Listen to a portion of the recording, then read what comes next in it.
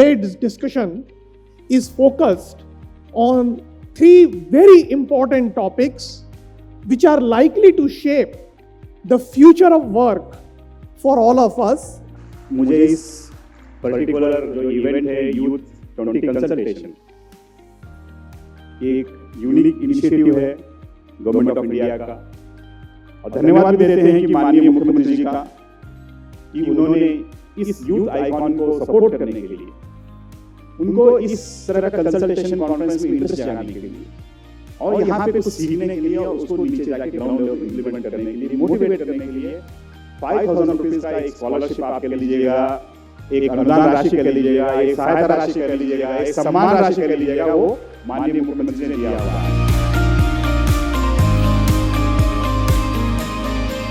Move on to the next segment of the summit today. It gives me immense pleasure to inform you that we have our keynote speaker, Mr. Amit Agarwal, with us. I would like to welcome Mr. Amit Agarwal, who is founder and CEO of NoBroker.com, to kindly deliver his keynote speech and share valuable insight with us. He is alumnus of IIT Kanpur, who graduated from Civil Engineering Department in the year 2000. Sir, please.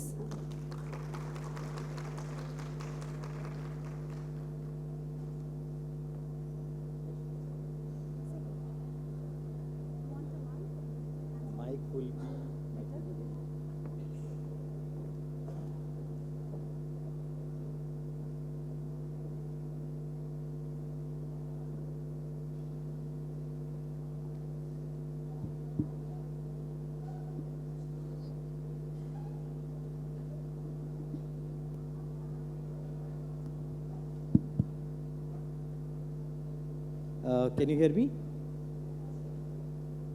तो I am not sure whether should I use English की हिंदी, मुझे दोनों अच्छे से आती है। हिंदी ठीक है, तो हिंदी में ही बात करते हैं।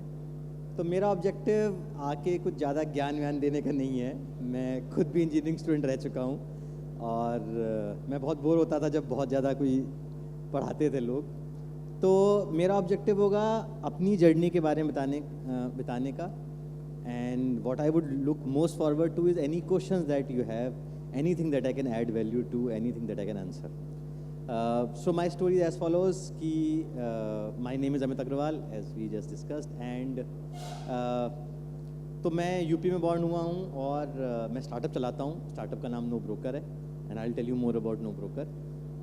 लेकिन जैसे बहुत बार लोग कहते हैं कि स्टार्टअप में आपको एक्सपीरियंस होना चाहिए बिज़नेस का, या फिर आपके पेरेंट्स को एक्सपीरियंस होना चाहिए बिज़नेस का। ऐसा कुछ भी नहीं है। तो मुझे मेरे फैमिली में किसी को एक्सपीरियंस नहीं है बिज़नेस का। मैं फर्स्ट जनरेशन एंटरप्रेन्योर हूँ। मेरे फादर यूपी में गवर्नमेंट जॉब में थे और मेरी मदर हाउस मेकर थी।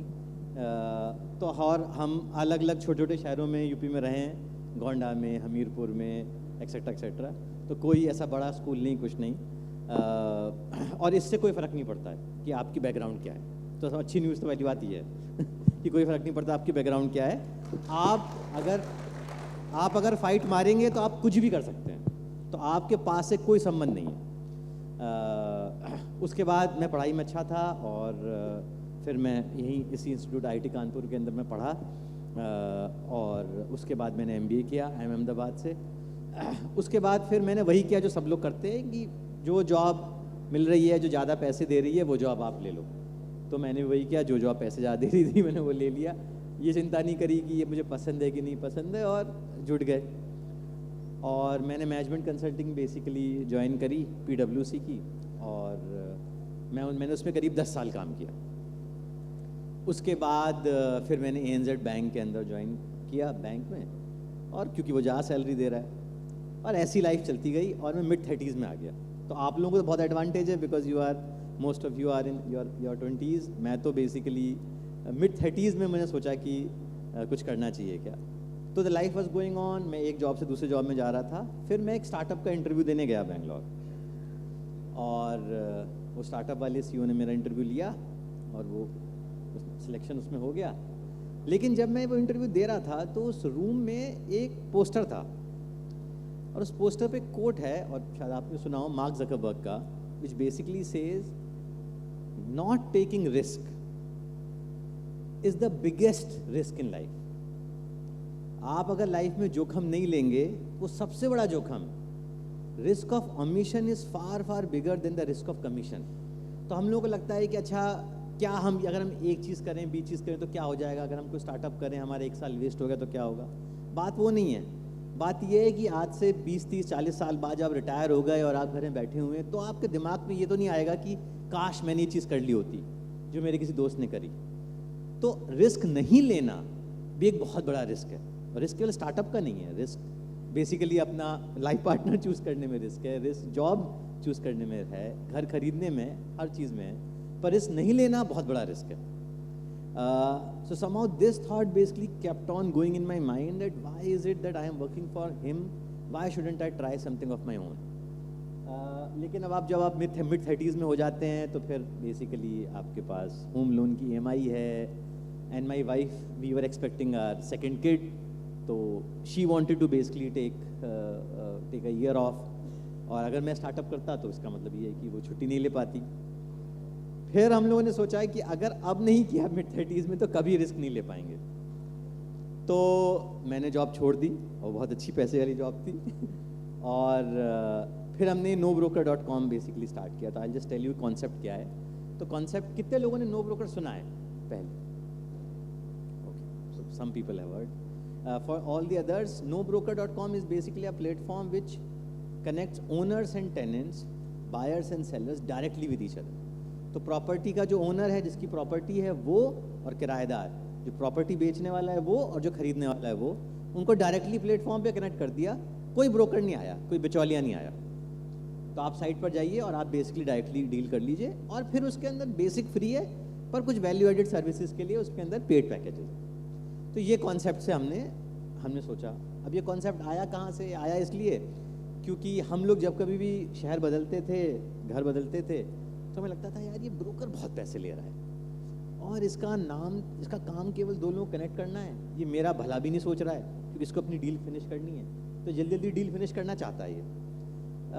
तो क्यों हम इसको बेसिकली इतना पैसा दे रहे हैं, जबकि आज इस टेक्नोलॉजी वर्ल्ड में if I want to send a friend request to Shahrukh Khan, I can send it, he may not accept it but I can send it. तो जब मैं टेक्नोलॉजी से हर किसी को कनेक्ट कर सकता हूँ, तो मैं प्रॉपर्टी ओनर क्यों नहीं कनेक्ट कर सकता?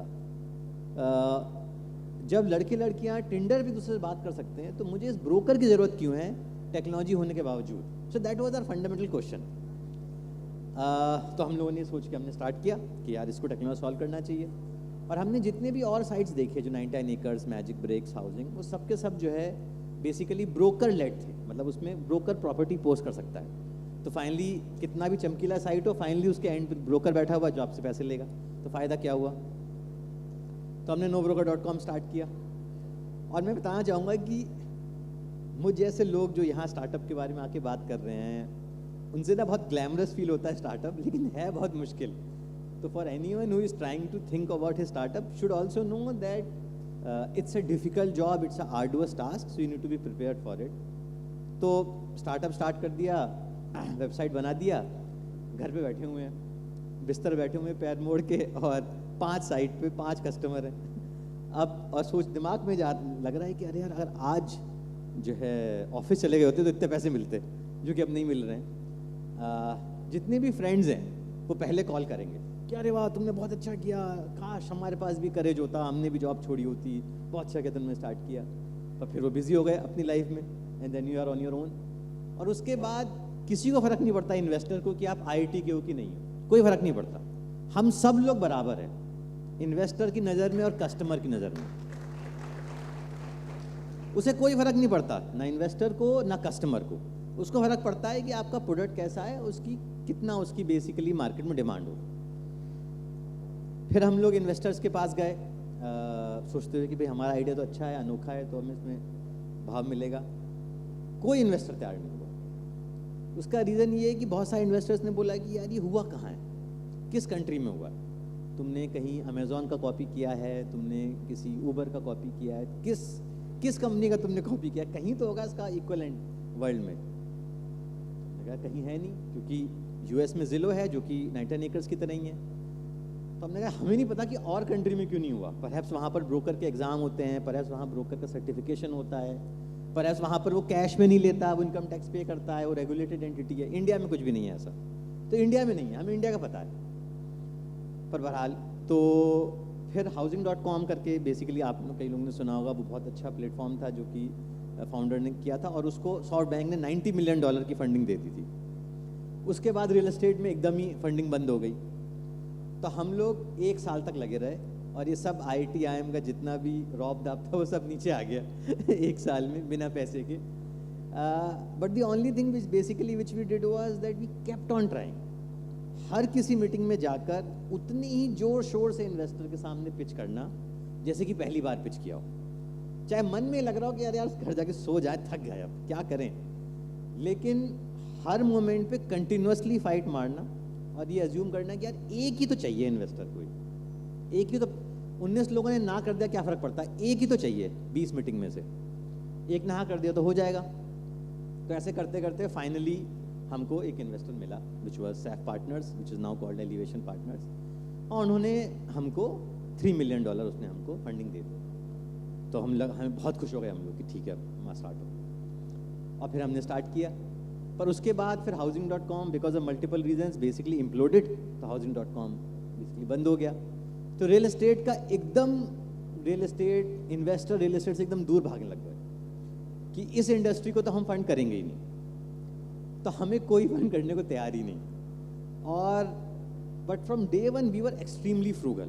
तो हमको ये था कि यार हम ना इस पैसे की बहुत इज्जत करेंगे जो इन्वेस्टर ने हमें दिए हैं, एक पैसा वेस्ट नहीं करेंगे। तो अगर हम कभी किसी और इन्वेस्टर से मिलने किसी और सिटी या किसी और कंट्री भी जाते थे, तो 3 फाउंडर्स हैं हम लोग, mid-30s में, हम लोग एक्स्ट्रा बेड डाल के रूम में रह लेते थे, लेकिन 2 रूम नहीं लेते थे, जबकि हमारे अकाउंट में 18 करोड़ थे फंडिंग के। कभी गर्मी हुई तो हमने कभी AC नहीं लिया, वाटर कूलर लिया, वो भी रेंट पे, कि 2 महीने की तो बातें चला लेते हैं। तो ये हम करते रहे कि हम बेसिकली बहुत ज़्यादा कंजूसी से हमने चलाया और बहुत पैसे की इज्जत करी। तो धीरे धीरे हमारे कस्टमर्स बढ़ने लग गए। उसके बाद एक दिन तो हमने पैसे बचाने के लिए हमने बजाय इसके कि हम एक कॉर्पोरेट ऑफिस लें, हमने एक घर ले लिया था। तो घर के अंदर बेसिकली जैसे HSR लेआउट करके बेंगलोर में जगह है जहाँ बहुत सारे स्टार्टअप्स हैं, तो वहाँ पे हमने घर ले लिया था जो 3 मंजिला घर था, किचन विचन उस सब था, उसी में हम लोग काम करते थे। तो एक दिन हमने देखा कि घर के बाहर 70-80 लोग इकट्ठे हो गए हैं। तो हमें लगा यार कोई ये प्रोसेशन हो रहा होगा, राजनीतिक कुछ पॉलिटिकल कुछ प्रोसेशन हो रहा होगा। फिर देखा तो वो सब लोग आके गाली गलौज करने लग गए और हमारे एम्प्लॉयज़ को मारने लग गए। तो मैं समझ में आया कि सब ब्रोकर हैं। तो ब्रोकर्स को बेसिकली पता चल गया कि भाई ये ब्रोकरेज हटाकर ये सीधे कनेक्ट करा रहे हैं प्रॉपर्टी ओनर को और टेनेंट को, तो हमारा बिजनेस चला जाएगा, कस्टमर का फ़ायदा होगा पर हमें नुकसान हो जाएगा। तो 70-80 लोग आ गए और उन्होंने बेसिकली हमारे एम्प्लॉयज़ को मारना शुरू कर दिया और एकदम पैनिक हो गया। ऑफिस में जितनी लड़कियां थी सब रोने लग गईं और एकदम ह्यूजली पैनिक हो गया। उनका ऑब्जेक्टिव बेसिकली ये था कि अंदर आकर कंप्यूटर सब तोड़ दें और ऑफिस बंद करवा। अब उनको ये क्लाउड का तो कॉन्सेप्ट है नहीं कि आप तोड़ भी दोगे तो क्लाउड है, आप वापस लैपटॉप लेके वापस शुरू कर सकते हो, बट उनके दिमाग में था कि यार हम ये कंपनी बंद करानी है हमको। तो आयरन ग्रिल डोर था, वो आयरन ग्रिल डोर हम लोगों ने बंद कर दिया। हमने अच्छे बच्चों की तरह हमने तुरंत पुलिस को फ़ोन किया, तो पुलिस की जीप आ गई। थोड़ी देर बाद हम देखते हैं कि पुलिस की जीप आ गई है। हमने पुलिस से बात करी है, हम जीप में बैठे हुए हैं, हम फाउंडर जीप में बैठे हुए हैं, पुलिस स्टेशन जा रहे हैं, अब ब्रोकर वहीं है। तो हमें लगा यार एक मिनट, हमने बुलाया था ना लेकिन हम क्यों जा रहे हैं पुलिस स्टेशन, ब्रोकर का क्या हुआ, उसको पकड़ना था ना। पर आपको पता ही है कि इंडिया में बहुत जगह local brokers are much more pally with police. हमारी मतलब हम इंजीनियर की ऐसे स्टूडेंट्स का कौन सुनेगा कि जो है हमारा इतना कांटेक्ट था भी नहीं पुलिस में। और फिर पुलिस से हमें समझा रही है कि इनके खिलाफ कुछ मत करो, लोकल लोगों से दुश्मन लेने का फ़ायदा नहीं है। बट तब हमने वो आयरन ग्रिल डोर बंद कर लिया और वो दिन चला गया। लेकिन उसके बाद हमें काफ़ी दिक्कत हो गई। तो बेसिकली ब्रोकर्स, फिर अगर कोई भी हमारी वुमेन एम्प्लॉय जब घर जाती थी रात में तो ब्रोकर उनको चेस करते थे घर की तरफ। बहुत सारी जो मोटरसाइकिल बाहर खड़ी हुई थी वो उन्होंने डैमेज कर दी। तो बेसिकली हमें समझ आ गया यहाँ रह ही नहीं सकते अब। तो रातों रात हमको बेसिकली, तब तक हम 70-80 लोग हो गए थे, रातों रात हम लोगों ने बेसिकली उठाया लैपटॉप, डेस्कटॉप सब छोड़ दिया और हमने ऑफिस छोड़ दिया, कस्टमर कॉल सेंटर लाइन वगैरह सब बंद कर दिया। तो वेबसाइट बेसिकली सस्पेंड हो गया कि अब क्या कर सकते हैं, और छोड़ दिया विदाउट नोइंग कि कहाँ जाएंगे अब इसके बाद। और फिर हम लोग 2 हिस्सों में बट गए, क्योंकि और 30-40 लोग, एक कॉल सेंटर के लोग एक टेम्प्रेरी ऑफिस में, बाकी लोग किसी घर में करके हम लोगों ने अलग अलग स्प्लिट हो गए। और जब हम वो सामान भी डेस्कटॉप वगैरह और सर्वर वगैरह भी उठाने के लिए आए रात में, तो भी ब्रोकर्स ने चेस किया उस व्हीकल को जानने के लिए कि अब नई लोकेशन क्या है इनकी। तो हमें लगा कि फिर हमारा एक इन्वेस्टर था, वो आया, वो जापानीज इन्वेस्टर था, स्मॉल इन्वेस्टर। उसने देखा, उसने कहा this will make you strong. And I am like man, how can this make us strong, this such a huge pain. Office का कुछ पता नहीं है, कॉल सेंटर का पता नहीं है, कहाँ जाएंगे पता नहीं है। लेकिन वही हुआ जो उसने बोला था। एक बार जब ऑफिस से निकल गए, सडनली टीम को बेसिकली लगा कि हम किसी कॉज के लिए फाइट कर रहे हैं, हम केवल कोई जॉब नहीं कर रहे हैं। कस्टमर जो कि कभी सोशल मीडिया पे लिखते नहीं थे, उन्होंने बेसिकली लिखना शुरू कर दिया कि नहीं, नो ब्रोकर बहुत अच्छी कंपनी है, ऐसा नहीं होना चाहिए, and so on. And then basically we took office and then we started. लेकिन आज भी अगर आप हमारा एड्रेस ढूंढो गूगल पे, तो हमारा एड्रेस सही नहीं है। उसके बाद से हमने कभी अपना एड्रेस पब्लिक नहीं किया। आज भी हमारी बिल्डिंग के बाहर नो ब्रोकर का बोर्ड नहीं है, अंदर है, बाहर नहीं है। तो हम कभी पंगा ही लेते हैं ब्रोकर से। But over years relationship basically became more better. पहले हमें बहुत थ्रेटनिंग कॉल्स आते थे ब्रोकर के। फिर उसके बाद जो हम कर रहे थे, हम वही कंटिन्यूसली करते रहे हर साल। तो और एक C2C नेटवर्क बनाना बहुत मुश्किल है। देखिए, जब आप एक ब्रोकर प्लेटफॉर्म बनाते हैं ना, तो काफ़ी तरीके से थोड़ा आसान है। कैसे कि आप कुछ इंजीनियर मिलके एक प्लेटफॉर्म बना सकते हैं और वो बोल सकते हैं डिजिटल मार्केटिंग करके कि टेनेंट्स जो कि यंगर होते हैं, जो डिजिटल फ्रेंडली होते हैं, कि टेनेंट्स आ जाएं, बायर्स आ जाएं प्लेटफॉर्म पे। और आप ब्रोकर के लिए फ्री कर दो, तो ब्रोकर आके प्रॉपर्टी पोस्ट कर देगा, सच्ची झूठी जैसे भी प्रॉपर्टी पोस्ट कर देगा, तो साइट बन जाएगा आपका बहुत जल्दी, और ट्रांजेक्शन शुरू हो जाएंगे, और फिर आप ब्रोकर से पैसे ले लो। कस्टमर का भला नहीं होगा, पर साइट बहुत जल्दी बन जाएगा। पर कस्टमर टू कस्टमर बहुत डिफिकल्ट है कि इस सड़क पर एक ओनर आ गया, अब मुझे इसी सड़क पर उसी टाइम पर उसी BHK का उसी रेंट और बाय अमाउंट का ओनर भी चाहिए, टेनेंट भी चाहिए, उसी सड़क पे, उसी तरह का, उसी महीने। So that's a very difficult problem to solve and takes months and years to basically build a platform. So it's painfully slow, but once you have built it then it's a very strong platform, because फिर सब लोग आपके platform पे आने लग जाएंगे. तो यही हमारा अच्छा थी. तो हम शुरू के 5 साल तक हम जैसे भी हमें जहाँ से भी जो पैसे मिले हमने बेसिकली वो पैसे लिए और कंजूसी से हम नो ब्रोकर चलाते रहे. बीच के अंदर भी और बहुत बार लोगों ने क्वेश्चन किया कि यार ये चलेगी नहीं चलेगी, ऐसी कोई कंपनी कहीं चली नहीं. बहुत बार जो और कॉम्पीटिंग कंपनीज थी उनको बहुत फंडिंग मिली, उन्होंने बहुत एडवर्टीजमेंट करे, उससे भी बहुत साइकोलॉजिकल प्रेशर आया कि हम सही कर रहे हैं कि नहीं कर रहे हैं, आगे कैसा होगा. But the only thing which we did was to just continue doing what we felt is right. We never copied anybody. तो अगर बाकी सब लोग 20 शहर 50 शहर में अपना प्लेटफॉर्म खोल ले रहे हैं, हमने केवल 2 शहरों में खोला, 4 शहरों में खोला, क्योंकि हमें लगा कि ज़्यादा शहर खोलेंगे पैसे खर्च हो जाएंगे, कस्टमर को भला नहीं होगा और केवल वैनिटी मैट्रिक है दिखाने के लिए कि हम बड़े हो गए, पर एक्चुअली में आप केवल बर्न कर रहे हो. तो हमने किसी कॉम्पिटिशन कॉपी नहीं किया. धीरे धीरे करके बहुत सारे वो जो कंपटीशन थे वो धीरे धीरे बंद होते गए और हम सर्वाइव करते रहे. तो we were like a cockroach कि आप सर्वाइव करो बस कैसे भी. आप if you survive long enough then luck will turn to your side, customers will start coming more and more, they will recognise you and the time will basically become better. So that's what we did for the next 5 years. हमें जहाँ से पैसे मिले थोड़े बहुत, कभी किसी HNI से जापान के, किसी छोटे इन्वेस्टर से साउथ कोरिया में, किसी सिंगापुर के इन्वेस्टर से, जहाँ से हमें जो भी थोड़ा पैसा मिला हम लोगों ने उससे लिया और बहुत कंजूसी हम चलाते रहे. फिर धीरे धीरे हमने रेजिडेंशियल जो रेंटल प्लेटफॉर्म था उससे हमने एहसास किया कि हम केवल घर ही क्यों किराए पे दें और बेचें, पैकर मूवर कौन कराएगा. तो हम पैकर मूवर के एग्रीगेटर बन गए. बेसिकली हमारे पास ट्रक नहीं है, पर हमने ऐसे वेंडर से टाइप कर लिया जिनके पास ट्रक है और हमारे कस्टमर हमें पे करते हैं, हम उस वेंडर से कनेक्ट करके मूवमेंट कराते हैं. फिर धीरे धीरे 2019 में फाइनली जब हमारे नंबर अच्छे होने लग गए तब everybody got up and noticed that we have become now a sizable size. Then General Atlantic and Tiger Global invested in us.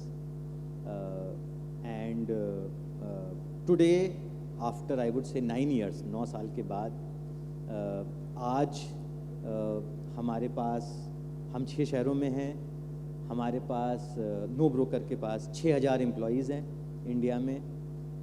हमने अब तक करीब 2,200 करोड़ फंडिंग रेस करी है. हम लोग यूनिकॉर्न हैं. हम लोग यूनिकॉर्न हैं. हम इंडिया में नंबर 1 है रियल एस्टेट में. हम इंडिया में नंबर 1 है पैकर मूवर एग्रीगेटर में. हम इंडिया में नंबर 1 है पेंटिंग में. नंबर 1 है हम लोन मॉर्टगेज में. और हमने cleaning services, AC services, furniture rental, insurance, हमने ये सब के अंदर भी हम लोग बहुत तेज़ी से आगे बढ़ रहे हैं. So this is basically short quick story of mine. I would love if there is any, if the time permits, If you want to ask. if the time permits, I would be happy to answer question. Push it. Yes. It's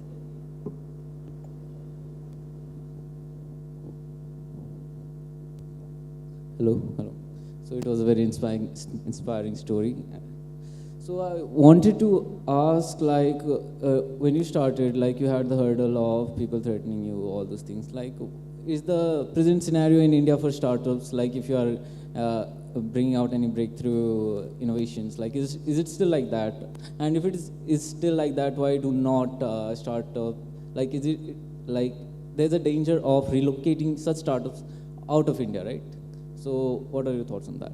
नहीं, I would say there is no danger of startups incorporation may happen in any country.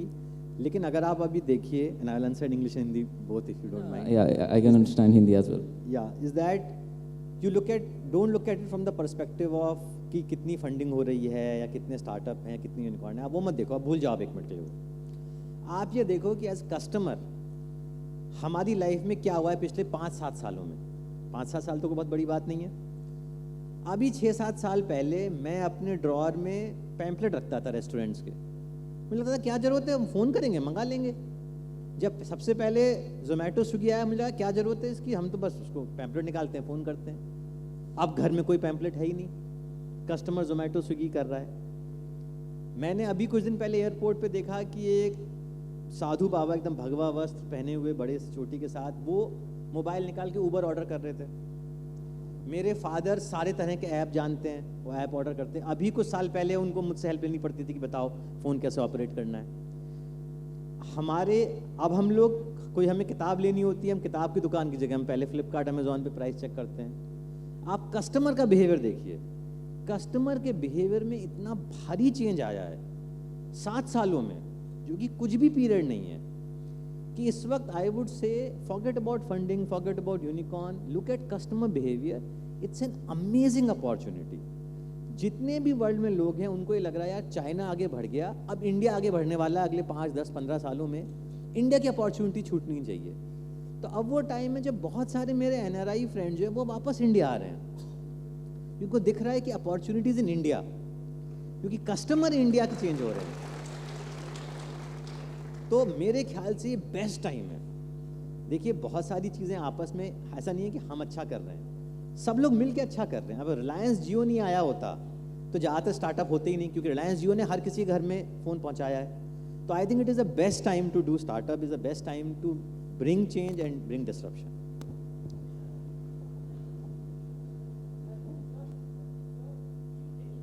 आप decide करिए ma'am. Sir बताइए.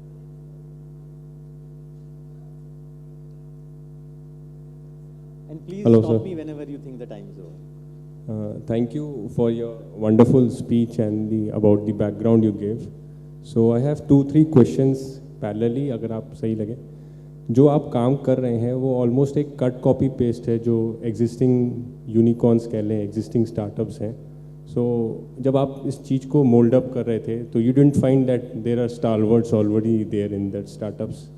सो question number 1. Second comes is I would like to hear, या सब लोग हैं, जो story of को फाउंडर होती है, क्योंकि आपके 3 पार्टनर्स हैं, कैसे आपने उसको ट्रैक किया, कैसे किया. Third is your company right now profitable? ठीक है, तो quickly, we are not profitable yet, but in terms of revenue we are upwards of 800 crore of revenue yearly. तो रेवेन्यू फोकस बहुत ज़्यादा है. को फाउंडर बेसिकली हम 3 को फाउंडर हैं और तीनों के अंदर रिलेशनशिप दोस्त की ज़्यादा है रेदर देन. तो मुझे ऐसा लगता है कि बजाय इसके कि आप ऐसा को फाउंडर ढूंढें जो स्किल सेट में मैच करता हो पर आपका दोस्त नहीं हो, वो बहुत ही रिस्की है. और मैंने इतने सालों में बहुत सारी और कंपनीज़ में को फाउंडर्स को टूटते हुए देखा है और कंपनी को बिखरते हुए देखा है. तो मेरा वोट इस बात के लिए ज़्यादा है कि को फाउंडर ऐसा चुनिए जिससे लड़ सकें आप, जिसको अपने आप मन की बात कह सकें. स्किल फिर भी सीखे जा सकते हैं, स्किल के लिए फिर भी लोग हायर किया सकते हैं. और जो पहला क्वेश्चन है अबाउट अदर कॉम्पिटिटर्स, तो हमारा कॉपी पेस्ट तो नहीं था बिकॉज हमारा नॉन ब्रोकरेज था, बाकी सबका ब्रोकरेज था. लेकिन अगर आपका क्वेश्चन ये है कि क्या और प्लेयर्स भी नॉन ब्रोकरेज लॉन्च कर सकते थे, हाँ कर सकते थे. तो उसका तो कोई सॉल्यूशन नहीं है. उसका सॉल्यूशन केवल एक ही है कि थ्योरी में लगता है कि लोग कॉपी कर सकते हैं, लेकिन ना इतनी स्टार्टअप की जर्नी में इतनी कठिनाइयाँ आती हैं कि अगर आपका आइडिया ना आपने चोरी किया है और आप उसे जेन्युइनली भरोसा नहीं करते ना, तो आप बहुत 6 महीना, साल भर, 2 साल के बाद आप ना एक कमज़ोर मोमेंट आएगा जब आप बोलेंगे छोड़ो.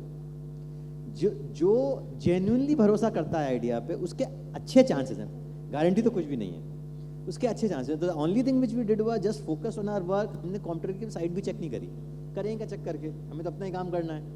अगर वो अच्छा करने वाले होंगे तो कर ही लेंगे. तो देर आर सम थिंग्स जैसे बोलते हैं ना, कंट्रोल द कंट्रोलेबल्स. तो things which you can't control, उसके बारे में चिंता करके क्या फ़ायदा. तो we just kept on working on our own thing and it basically worked out.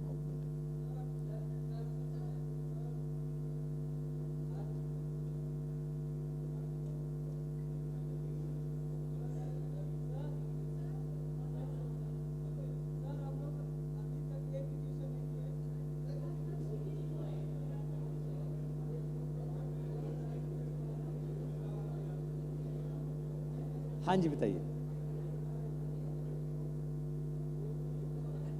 I can hear you. Did you gain customer faith? Because property business is a very risky business, you know, the buyer as well as the customer. You know, the papers have to be clean. So usually customers are very reluctant to go via, you know, a virtual mode like yours. So how did you gain the customer faith? No, that's a very good question. So we started with rentals in which the complexity is lesser. किराए में घर देने में complexity कम है. So we started with that because there you're not buying a property. Later when we expanded into buy and sell, earlier it was only about transaction and how to eliminate broker. But then we quickly figured it out and customers told us that property में कागज़ सही है कि नहीं बहुत important हो जाता है. तो जब वो बात आने लग गई तो फिर हमने लॉयर नेटवर्क बनाया. तो आज हमारा लीगल डॉक्यूमेंटेशन की सर्विस है जिसके अंदर हमारे हर सिटी में they are lawyers who are empanelled and be it property title check, be it encumbrance certificate etcetera, all of that work is being done by them. So we also figured it out slowly as to what the customer pain points are and then we build solutions for that. So when did you develop the confidence कि हाँ अब हम team बढ़ा सकते हैं, like from rentals to this thing, because it requires economics also, right? I would say, yeah, I would confidence say कैसे आया? I would say there is no right answer for this. We seeded lot of businesses and did not burn lot of money, but waited for it to grow on its own. So if we seed business A, it's growing very fast, which means customer demand is very high, so we'll give it more money. If someone is growing slowly, we'll give it less money. तो हमने ऐसे different entrepreneurship कर ली within No Broker. One last question, please, as we need to start the next session.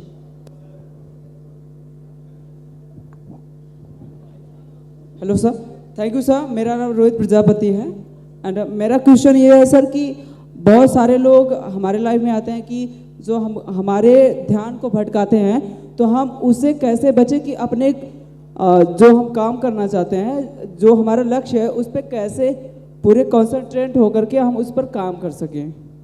ये तो देखिए आपके passion पे depend करता है.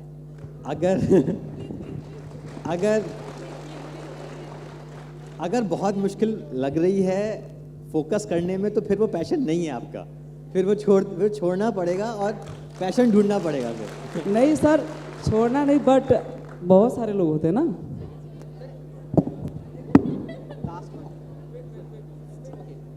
Thank you sir.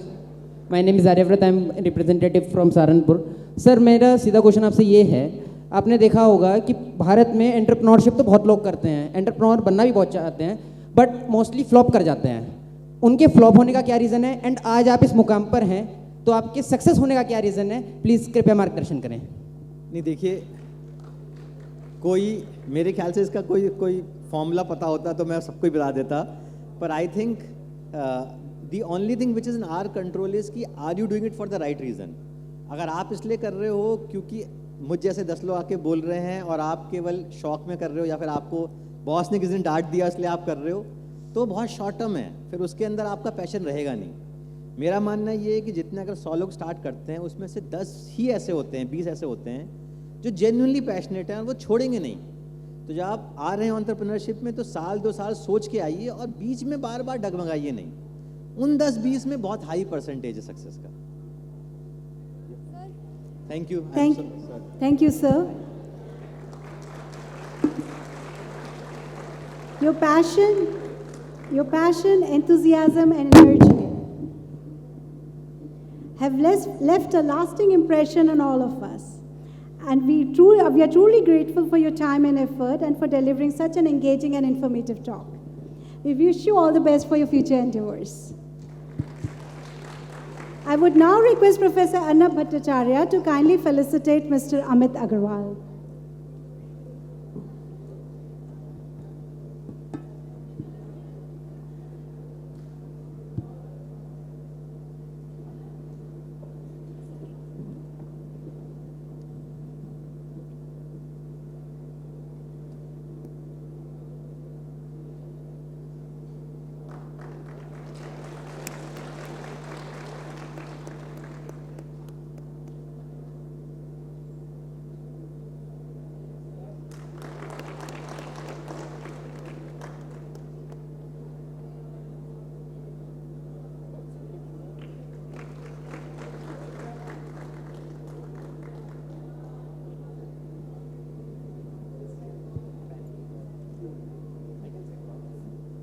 Thank you, sir.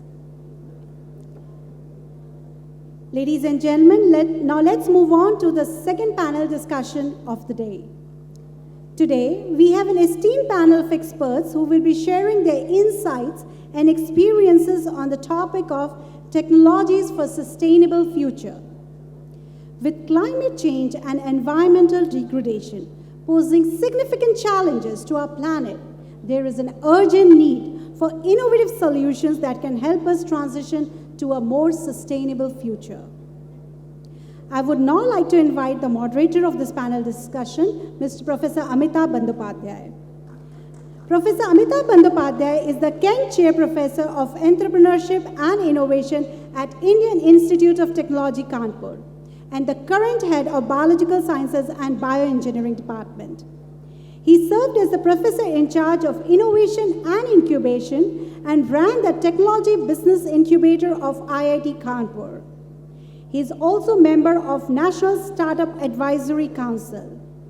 He has recently co-authored a book titled The Ventilator Project, how the IIT Kanpur Consortium built a world-class product during India's COVID-19 lockdown period, chronicling the extraordinary journey of a group of young IIT Kanpur alumni developing an ICU ventilator in just 90 days.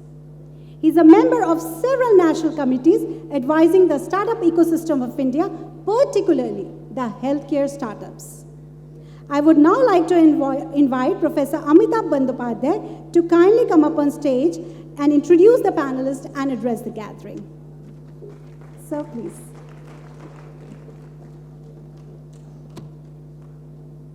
Thank you. So we will be talking about sustainable future. The way you may want to think about is that if you take the life of our planet Earth as a 24-hour clock, the time that humans have been on this planet will be less than 10 minutes. And we have done immeasurable damage to the same planet that we inhabit. So this human action caused damage is threatening the very planet that we inhabit in, such that our sustainability as a race, or I would say the species itself, is in question. There are challenges everywhere. There was a time when we desperately needed to improve the quality of our life. We needed green revolution or its equivalent, ताकि agricultural productivity grows up. We needed electricity, we needed a lot of energy, we needed gasoline, ताकि हम गाड़ी चला पाएं, घर पे AC चलाएं और सब कुछ.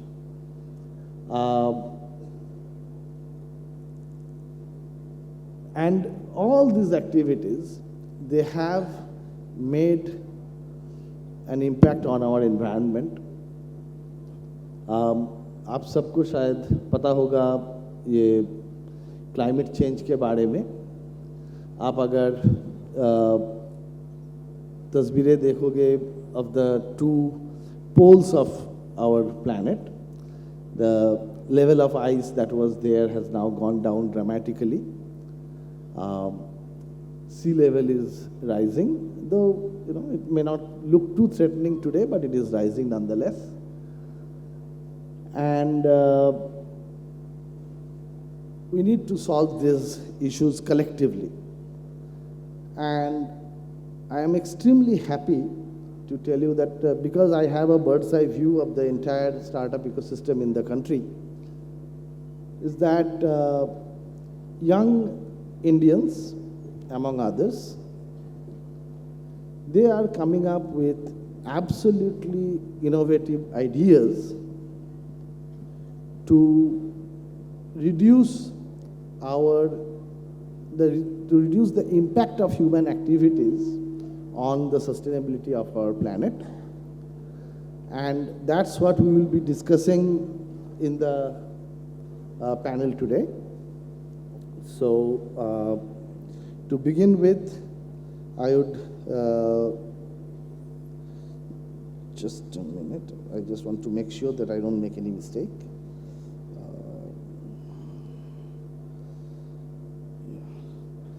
To begin with, I would request on stage Mr. Akshay Srivastava. He is the founder of LCB Fertilizers Private Limited. Akshay is much more comfortable than me in Hindi, so वो हिंदी में बताएंगे अपने company के बारे में. वो बहुत ही बढ़िया किस्म के फर्टिलाइज़र बनाते हैं. Akshay, please take your place. Actually, all the panelists are quite comfortable in Hindi, other than the moderator. Then the next panelist that I would like to introduce to you is Mr. Sarthak Gupta. Sarthak is a co-founder of a company called NovoEarth. NovoEarth has started on a mission to reduce plastic pollution from India and eventually of the whole world. It's a global solution that Sarthak has. Sarthak, please take your place. The third panelist is Mr. Mihir Mishra. Hi, Mihir. So, Mihir is the co-founder of a company called Symmetricals. आप सब electric vehicle के बारे में जानते हो. मिहिर के company एक ऐसा टेक्नोलॉजी डेवलप कर रहे हैं जिससे आप इलेक्ट्रिक व्हीकल को रिमोटली चार्ज कर सकते हो. हाँ, Mihir, please take your place.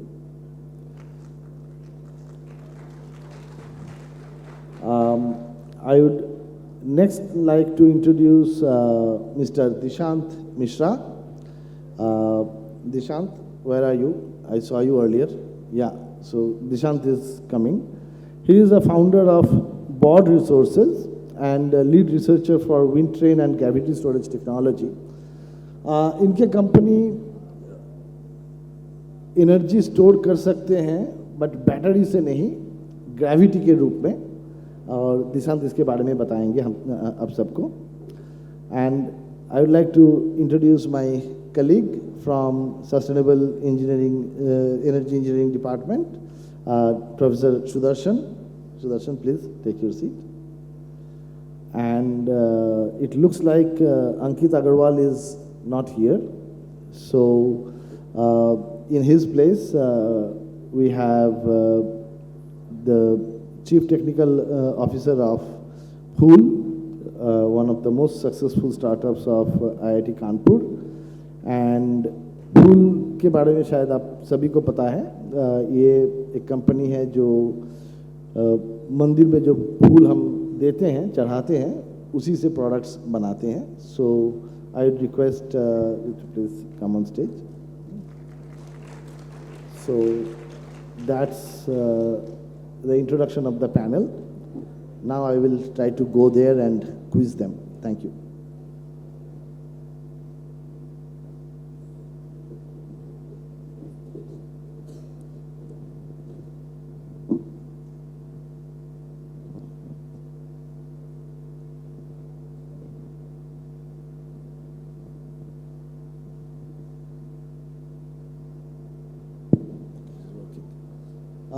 So the first round, what we will do,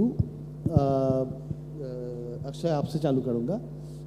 आप अपने कंपनी के बारे में एकदम एट मैक्स 2 मिनट में बताइएगा आपकी कंपनी करता क्या है, ठीक है ना. And the audience prefers Hindi, so you cover up for my limitation. Make it in Hindi. Hello everyone, this is Akshay from LCB Fertilizers. LCB Fertilizers one time use crop specific और 100% ऑर्गेनिक रेंज ऑफ फर्टिलाइजर्स और insecticide develop करता है. आपको खेत में सिर्फ इसे एक बार डालना होता है, इसके बाद ना ही किसी केमिकल प्रोडक्ट ना ही किसी ऑर्गेनिक प्रोडक्ट की रिक्वायरमेंट पड़ती है. इससे जो 3 फ़ायदे किसान को मोटा मोटा मिलते हैं, which it reduces the demand of irrigation by 33%, it increases the yield by 15 to 35%, और बेस्ट पार्ट ये है कि ये आपका टोटल इन्वेस्टमेंट जो किसान खेती में लगाता है वो करीब 48% तक मिनिमाइज़ कर देता है. हमने इसे करीब 25,000 प्लस फार्मर्स को सप्लाई कर रहे हैं इस समय पैन इंडिया में. हम 9 राज्यों में ऑपरेट करते हैं with 2 production unit, one is in Kushinagar in Uttar Pradesh and other is in Kolhapur Maharashtra. So ये प्रॉब्लम आई कहाँ से थी? So I will take 1 more minute कि सिर्फ केमिकल के फर्टिलाइज़र के स्प्रे करने से हर साल मोर देन 10,000 प्लस फार्मर्स की डेथ होती है, जिसमें से गैसेस रिलीज़ करते हैं. बार बार आप केमिकल फर्टिलाइज़र डालते हैं खेत में, जिससे कि माइक्रो ऑर्गेनिज्म काउंट खत्म होते गिरने लगता है और वाटर होल्डिंग कैपेसिटी सॉइल की गिरने लगती है, विच एट द एंड रिजल्ट की 85% से ज़्यादा ग्राउंड वाटर इंडियन एग्रीकल्चर में ही कंज्यूम होता है. बार बार फर्टिलाइज़र, बार बार इंसेक्टिसाइड डालने से होता क्या है कि आपका नॉन प्रॉफिटेबिलिटी इंडियन एग्रीकल्चर में आ रहा है, और as per data per year more than 100 plus farmers suicide commit करते हैं. सो अगर किसी का पूरी खेती को हम मिनिमाइज़ कर दें, उनका इन्वेस्टमेंट मिनिमाइज़ करते हैं, उनका इरिगेशन कॉस्ट मिनिमाइज़ करते हैं और उनको यील्ड प्रमोट करते हैं, तो एट द एंड जो फार्मर का पलायन हो रहा है सोसाइटी से, वो वापस से गांव में आएंगे, और जो जॉब को सीख कर रहे हैं, जॉब खोज रहे हैं, वो एट द एंड जॉब के लिए एक माध्यम बनेंगे कि आसपास के किसान और आसपास के लोकल एरिया के लोग उनके साथ जुड़ के इंडियन एग्रीकल्चर को प्रमोट करके जो पॉजिटिव GDP था लॉकडाउन में उसको इन्हेंस करेंगे. Thank you so much. Thank you Akshay. सार्थक, अगर आप आपके कंपनी के बारे में बता दो. Thank you, sir. Hello, everyone. My name is Sarthak. I am the founder of Novo Earth. Novo Earth हमारी जो ऑर्गेनाइजेशन है उसका एक मिशन है कि सिंगल यूज़ प्लास्टिक पोल्यूशन को एलिमिनेट करना है. एंड प्लास्टिक पोल्यूशन एक बहुत बड़ी प्रॉब्लम है, तो एक सिंपल सोल्यूशन से आपको एक ब्रह्मास्त्र नहीं है कि आपने चलाया और वो ख़त्म हो गया. You need multiple solutions to tackle that problem. तो हम लोग 2 वर्टिकल्स में काम करते हैं. पहला जो कि hard to recycle plastic waste है, ऐसा प्लास्टिक वेस्ट जो रिसाइकिल नहीं हो पा रहा है या फिर उसको हम लोग जनरली लैंडफिल्स में भेज दे रहे हैं या फिर इंसिनरेट कर रहे हैं. तो we take that type of plastic waste और उससे हम लोग सस्टेनेबल ऑल्टरनेटिव्स बना रहे हैं प्लाईवुड बोर्ड के. So problem is one, that is elimination of single use plastic, लेकिन हम लोग यहाँ पे दो प्रॉब्लम को टैकल कर रहे हैं साइमल्टेनियसली. एक, डिफॉरेस्टेशन हम लोग बचा रहे हैं, एंड हम लोग साइमल्टेनियसली प्लास्टिक वेस्ट यूज़ कर रहे हैं. सो जो बोर्ड्स हम लोग बनाते हैं they are comparatively economical as compare to plywood. And इसमें सिंस क्योंकि ये प्लास्टिक वेस्ट से बनते हैं तो ये वाटर प्रूफ रहते हैं, टर्माइट प्रूफ रहते हैं, and multiple various other benefits provide करते हैं as compare to plywood boards. The second vertical where I'm working on is development of compostable polymers. So it's a ऐसा पॉलीमर जो कि आप मिट्टी में डालें तो वो मिट्टी में ही घुल जाए, उसको आपको वापस रिसाइकिल स्ट्रीम में लाने की ज़रूरत नहीं है. वो जैसे पेपर आपका होता है कि पेपर आपने डाला, पेपर कुछ टाइम पे बाद में जाकर वो डिकम्पोज हो जाएगा, माइक्रोब्स उसे खा जाएंगे. Similarly on the similar concept आप एक ऐसा पॉलीमर बना दें. So again we take waste resources, हम लोग उनसे प्रोटीन निकालते हैं, and with the help of a technology हम लोग उन प्रोटीन को पॉलीमर में कन्वर्ट कर देते हैं. So that is the second solution that we offer. So overall जब हम लोग एक नया ऑल्टरनेटिव मटेरियल ले आएंगे प्लास्टिक के लिए मार्केट में, और जो एग्जिस्टिंग प्लास्टिक है उसको किसी तरीके से यूज़ करने की टेक्नोलॉजी को हम लोग कमर्शलाइज कर लेंगे, देन आई थिंक एक इम्पैक्ट हम लोग क्रिएट कर पाएंगे सिंगल यूज़ प्लास्टिक पोल्यूशन को एलिमिनेट करने के लिए. This is what we do. Thank you so much. Thanks Sarthak. Dishant, आप अगर अपनी कंपनी के बारे में बता दोगे. Yeah, hi, my name is Dishant Mishra. I lead a company called Bod Resources. मेरा काम थोड़ा मुश्किल है, let me be very honest. हम जिस विषय पे लड़ाई लड़ रहे हैं वो शायद एक तो दिखती नहीं है, बिजली, इलेक्ट्रिसिटी, और दूसरा चीज़ जिस वर्ल्ड कप की हम तैयारी कर रहे हैं वो अभी खेले जाने में अभी कम से कम 10 से 15 साल का समय है. तो this is a very long term goal that we have. दुनिया उसके लिए जब तक तैयारी करेगी तो for that. So what we are doing is अभी भारत में लगभग 10% बिजली जो है वो सोलर और विंड से आती है, और इसको उठा के हमें 50% तक लेके जाना है. Non renewable capacity is around 50% and renewable should be around 40%. So to do that we need energy storage, ताकि जो सोलर और विंड एनर्जी है वो हर समय अवेलेबल नहीं है. जिस तरीके से हम कोयला कभी भी जला सकते हैं, ये परेशानी अब जैसे जैसे हम रिन्यूएबल कैपेसिटीज़ को बढ़ाएंगे वैसे वैसे और आएगी. अभी तक हम काम चला लेते हैं, कोयले के साथ दोस्ती अच्छी है, 70% जो बिजली है वो आज कोयले से आती है, बट ये संभव नहीं है भविष्य में इसको जारी रख पाना. इसके लिए एनर्जी स्टोरेज टेक्नोलॉजीज़ लगेंगी, और आज के समय में एनर्जी स्टोरेज टेक्नोलॉजीज़ अफोर्डेबल नहीं है. जो सबसे सस्ती जो एनर्जी स्टोरेज टेक्नोलॉजी जो स्केलेबल है वो बैटरीज, लिथियम आयन बैटरीज, जिसका आप सब लोग प्रयोग करते हैं, उसकी पर यूनिट कॉस्ट 9 रुपये से लेके 15 रुपये पर यूनिट आती है. जो जिस टेक्नोलॉजी का हम समाधान जिस तरीके से निकाल रहे हैं उस टेक्नोलॉजी को हम बोलते हैं ग्रेविटी स्टोरेज. बहुत सिंपल कॉन्सेप्ट है. कोई भी चीज़ जो ज़मीन पे होती है उसमें अगर आप एनर्जाइज करें, उसको ऊपर उठा के लेके जाएं, तो वो एक एनर्जी स्टोर कर लेती है, potential energy. So this is the basis of technology, and by doing this we are really offering a very affordable form of energy storage which can go as low as 1.5 to 3 rupees per unit. So we are trying to bring that down from 9 rupees to, and so this is what we are doing. It's exciting every day, but working it day and night in the labs is a story that continue to write itself. और शायद जब वो world cup होगा जिसमें हम participate करेंगे, may be that story will come out. Mihir. Hello. Okay, so my name is Mihir Mishra and I am from Symmetrical. So अभी हम लोग एक EV के दौर पे बढ़ रहे हैं आगे. The problem is कि अभी लोग EV खरीदना नहीं चाह रहे हैं, क्योंकि उन लोग को ये लगता है कि उसको चार्ज करने में बहुत टाइम लगेगा और हम लोग उतनी देर रुक नहीं सकते हैं. और बेसिकली और अगर हम लोगों ने चार्ज करा अपना व्हीकल तो कितनी दूर तक जा सकता है. तो ये सब अभी समस्याएं हैं. तो हम लोग एक सॉल्यूशन के साथ बाहर आए जो था wireless charger for electric vehicle.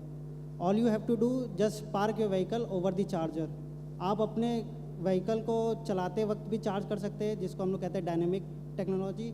और आप लोग उसको रेड लाइट पे या ट्रैफिक में रोक के भी चार्ज कर सकते हैं, जिससे आप इजीली अपने व्हीकल को चलते वक्त भी चार्ज कर सकते हैं. और इसमें आपको डिस्टेंस का ज़्यादा फोकस नहीं करना पड़ेगा और आपका व्हीकल उस हिसाब से आगे बढ़ता रहेगा. तो इसी से ही रिलेटेड हम लोगों ने प्रोडक्ट बनाया है, जो कि अभी बाहर भी है, आप देख भी सकते हैं जाके। और वो प्रोडक्ट हम लोग ने थोड़ा सा पावरफुल करा हुआ है, क्योंकि अभी ये इंडिया का पहला वायरलेस चार्जर है और ये अभी बाहर अवेलेबल है और वो भी बहुत महंगा। ये example like BMW, Qualcomm, they are making it. The problem is उन लोग के चार्जर अभी एक कार की कॉस्ट के अराउंड आ रहे हैं, approx 20 to 30 lakhs, but our charger is less than 10,000 also, and our charger is around 15,000 also. So thank you. Thank you, Mihir. Nachiket, if you tell about Phool. Hello everyone. My name is Nachiket. So I head the research and development division for Kanpur Flower Cycling Private Limited, also known by the brand name of Phool. So एक line में बताया जाए तो basically हम मंदिर से निकलने वाले वेस्ट फ्लावर से अलग अलग प्रोडक्ट्स बनाने की कोशिश में जुटे हुए हैं। हमारा जर्नी स्टार्ट हुआ जब हम लोगों ने ये आइडेंटिफाई किया कि मंदिर में जो फूल चढ़ते हैं भगवान के ऊपर, वो भी एक पोल्यूशन का ज़रिया है, वाटर पोल्यूशन का। ऑल वाटर बॉडीज़, अगर हम स्पेसिफिकली कानपुर की बात करें तो गंगा मैया की बात आ जाती है, एक मेजर सोर्स ऑफ पोल्यूशन। कैसे? क्योंकि रिलीजियस सेंटिमेंट्स के हिसाब से मंदिर में चढ़ाए हुए फूलों को हम पानी में प्रवाहित कर देने की हमारी ट्रेडिशन है, पर आजकल फूलों पे काफ़ी सारे पेस्टिसाइड के रेसिड्यू होते हैं, तो वो टॉक्सिक केमिकल्स है, वो पानी में जाते हैं जब फूल पानी में जाता है। और फूल एक ऑर्गेनिक चीज़ है, तो वो मिट्टी में जाएगा तो वहाँ पे एक रेगुलर नेचुरल डिग्रेडेशन होगा, डिकम्पोजिशन होगा, पर जब वो पानी में जाता है तो वो एक्चुअली सड़ता है, रॉटिंग की प्रोसेस होती है, और वहाँ पे बहुत सारा अननेसेसरी बैक्टीरियल कंटामिनेशन और ये सब चीज़ें क्रिएट होने की वजह से जो नेटिव वाटर इकोसिस्टम है उसके लिए ये रॉटिंग काफ़ी हैज़ार्डस है। तो इन दो रीजंस की वजह से ये मंदिर में चढ़ाए हुए फूल जो बाद में पानी में प्रवाहित हो रहे, ये एक मेजर सोर्स ऑफ पोल्यूशन है, ये हमने आइडेंटिफाई किया। अगली बात है क्वांटिटी की। हर कोई सोचता है कितने ही फूल होंगे, अकेले कानपुर में दिन का 3 से 4 टन फूल निकलता है। अगर हम और बड़े प्लेसेस ऑफ वर्शिप की बात करें जैसे वाराणसी, वहाँ पे 10-11 टन की बात है, और all over India almost 80 lakh ton per year, that is the statistics. तो जब हम लोगों को ये पता चला थोड़ा स्टडी करने के बाद, तो हमने ठान ली कि इस प्रॉब्लम का कुछ करना है। So we started collecting the flowers from temples itself and product, simple product से शुरुआत करी, जैसे अगरबत्ती हो गई, धूप बत्ती हो गई, वो होली कलर्स हो गए। ये तीनों प्रोडक्ट्स मार्केट में है, fool.co वेबसाइट पे, लास्ट 3 ईयर्स से कमर्शियल है। We also worked on, we call as flora foam, an alternative to styrofoam, मतलब पैकेजिंग जहाँ जहाँ पे हो रही है चीज़ों की, उस पैकेजिंग, बेसिकली स्टायरोफोम वर्ल्ड का 5th बिगेस्ट पोल्यूटेंट है, सिंगल यूज प्लास्टिक है। You either have to burn it, it turns into black smoke, और either it goes into landfill और ocean debris. So this Flora foam is a biodegradable, sustainable alternative where you can use it for any sort of packaging. And the next product, that is our Moonshot. We are striving very hard to, get it to a level where we can make it commercial. That we call as Fleather, F leather, flower leather, an alternative to leather that is made from flower, animal free, fully sustainable, no hazardous chemicals, because leather industry is also one of the most polluting industry out there. The chemicals used to tan the animal leather are very much hazardous. Chromium is one of the heavy metals that is carcinogenic. So that's where we want to work. So our theme is basically not just to work on, the raw material. So our raw material is of course something that is a pollutant, but we are also trying to come up with such products so that the products can also give a tough fight to the existing products which are pollutant. That's what we all, work around. Another small aspect around the company is we employ or we try to provide livelihood to more than 150 women now who come from surrounding villages where our unit is, where our factory is. These women are from very low social strata, and they do all the hand rolling of the incense sticks, and basically the products are being manufactured through these women, and that's how they get their livelihood. Thank you. So before I move to Dr. Sudarshan, I just want to make 2 points, and this is for the audience. आपने 5 outstanding companies के बारे में सुना. आपको शायद लगता होगा कि ये बहुत डिफ़िकल्ट टेक्नोलॉजी है, आईआईटी वाले करते हैं. इन 5 में से Nachiket, of course, is an IIT Kanpur student, but the founder, Ankit, and of the other 4, none of them are IIT Kanpur graduates. Okay. They are, and which is also a very, very bright thing to note, that they come from small towns of India. Okay, like Akshay is from near Gorakhpur, Sarthak is from Kanpur, and Ankit is also from Kanpur. तो पहली बात यह है कि जैसे कि अमित अग्रवाल जी ने पहले बोल के गया कि अगर आपको आपका पैशन है और जो प्रॉब्लम सॉल्व करना है वो अगर आप सही आइडेंटिफाई कर लिए हो तो आप सक्सेसफुल हो जाओगे. There is absolutely no barrier. And the second thing that I want to emphasize, and I am very proud of it as a member of IIT Kanpur, कि हमारा जो incubator है वो it is open for any Indian citizen. और हमारा काम ये है, हम हर महीने कम से कम 50 पिचेस सुनते हैं और सबके पिच सुनते हैं और हम चुन चुन के वैसे मोटिवेटेड इनोवेटर्स को हम हमारे इंस्टीट्यूट में लाते हैं. उनको पूरी तरह से सब सहायता दिया जाता है. आप बाद में इन लोगों से पूछ सकते हो कि उनको क्या मिलता है क्या नहीं मिलता है.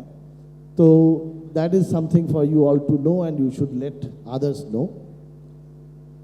And the one thing that is not particularly good is as you see this panel, particularly the innovators, there is not a single woman innovator. हमारे देश 50% कैपेसिटी यूटिलाइजेशन नहीं कर रहे हैं. तो that should change. This is also part of sustainability. अगर हमारा gender representation सही नहीं है तो सस्टेनेबिलिटी में प्रॉब्लम आएगा. एक तो आधे दिमाग भी आधा काम कर रहा है, मैन पावर भी आधा काम कर रहा है. तो I would request particularly the younger girls students here to be bold, be brave, come forward, and there is an institution that will handhold you. आपको पूरी तरह से मदद देंगे, आप भी कामयाब बन पाओगे.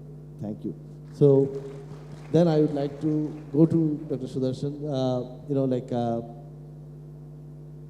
Of course we know that energy security is very important.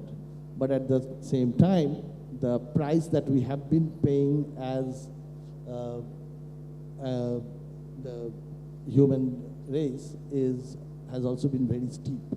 Now, there are multiple options that are coming up in the form of solutions for sustainability. Because you are highly knowledgeable, so I would like you to give a little bit of a broad brush that what are the different sustainability objectives that are trying to be attempted, and in your opinion, which do you think holds most promise as on today?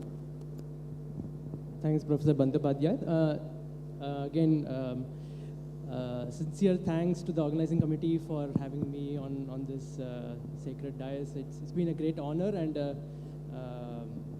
privilege to be as part of this forum, and very happy and very inspiring to see so many young future entrepreneurs in front of me, and probably educators as well, because I am from the education community itself.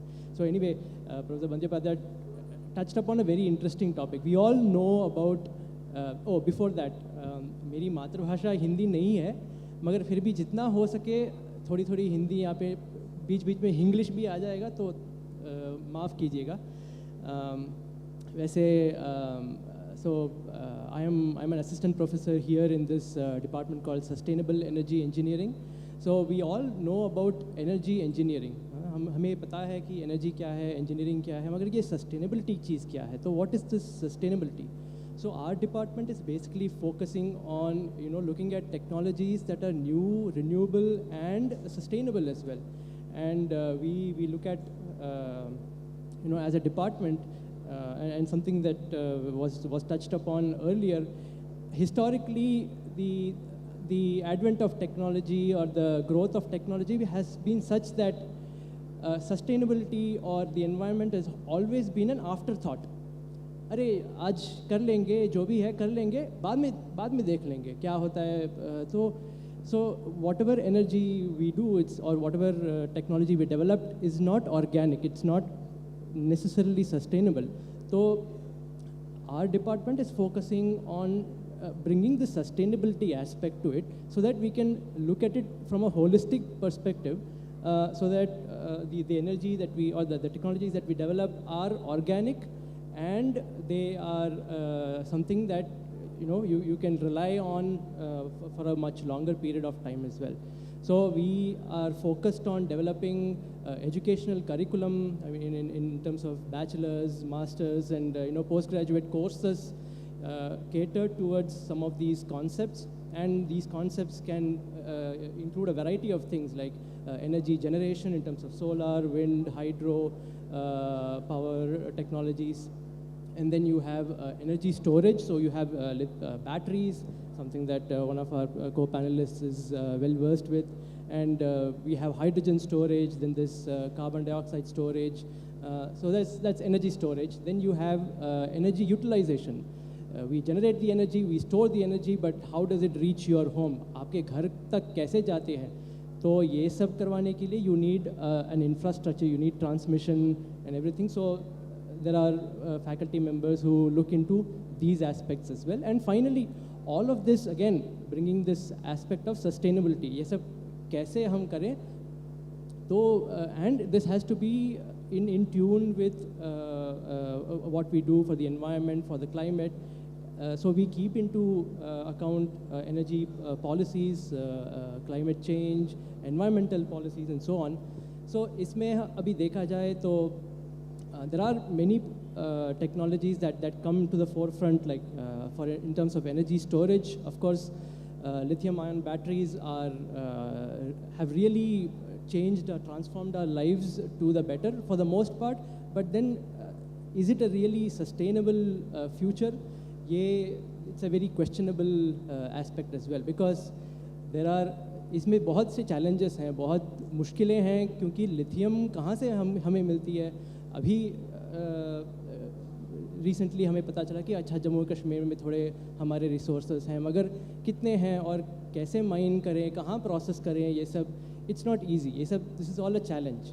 So in terms of energy storage, there is more opportunity for going beyond lithium-based technologies. और फिर energy generation देखें तो उसमें solar का तो है ही, it's becoming so popular nowadays. मगर solar भी करें तो 20-25 साल तो चलते हैं, उसके बाद उनका क्या होगा? वो वापस कहीं फेंक देंगे, कोई डंप यार्ड में फेंक देंगे, अरे हमारा क्या है? ऐसे हमारी सोच नहीं रहनी चाहिए. तो हमें सस्टेनेबिलिटी के बारे में सोचना है. तो ये जो मटेरियल्स, ये जो पदार्थ हम यूज़ करते हैं, ये सब चीज़ें बनाने के लिए, वो प्राकृतिक हैं या नहीं, हमें उसके बारे में भी सोच करनी चाहिए. तो so I mean during the course of the discussion I can talk more about the department कि हम क्या करना चाहते हैं, हमारी vision क्या है. तो thanks for the opportunity. Thanks Sudarshan, because this is the second round. I will start with you again. आपने आधा बोला तो इसीलिए मैं आपको थोड़ा प्रोवोक और करूँगा. ये जो सोलर एनर्जी है, is it really renewable energy? That's a very good question. क्योंकि like I said, as things stand, it ऐसा दिखता है कि solar energy is really renewable. मगर देखा जाए तो हम जो चीज़ उसको जिस पदार्थ को यूज़ करते हैं, that may not really be renewable. और ये भी है कि renewable energy का मतलब क्या है? ठीक है, हम सोलर पैनल लगा देते हैं, ठीक है, सूरज तो चलेगा ही, it is always there. but when the sun is not there, of course it is intermittent, क्योंकि कभी कभी चलता है, कभी नहीं है. But then the question also arises कि how are these made? Factories में ही बनते हैं ये भी. फैक्ट्रीज के लिए पावर कहाँ से आती है? It's goes back to the power to make some of these materials is not really renewable. कोल से चलती है, गैस से चलती है, पेट्रोल से चलती है. तो some of these have to be thought about. So in terms of that, disposal? How about disposal? Exactly, disposal is also a major issue. So once they are used, once their life cycle has completed, what becomes of them? उनका क्या होता है? तो there has to be a method to recycle them, reuse them. कोई और application के लिए use कर सकते हैं. तो we have to do research. We have to look into opportunities for bringing that into the fold as well. ये है कि अभी solar energy is serving a purpose, but it fully does not solve. There are problems, and for all of you, I often quote this, that this was in the context of medical devices. A very good friend of mine who is a doctor, उन्होंने ये बोला कि हम India में हैं तो problem ही problem है, और क्योंकि हम इंडिया में हैं, प्रॉब्लम ही प्रॉब्लम है, तो आप सबके लिए अपॉर्चुनिटी ही अपॉर्चुनिटी है. जहाँ पे भी प्रॉब्लम है उसका solution is a business opportunity. तो जैसे कि आपको पता चला कि renewable energy today, solar energy is the major source of renewable energy, but it has its own problems.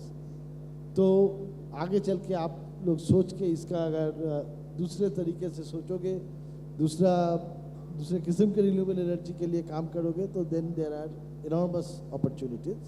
I'll move to Nachiket now.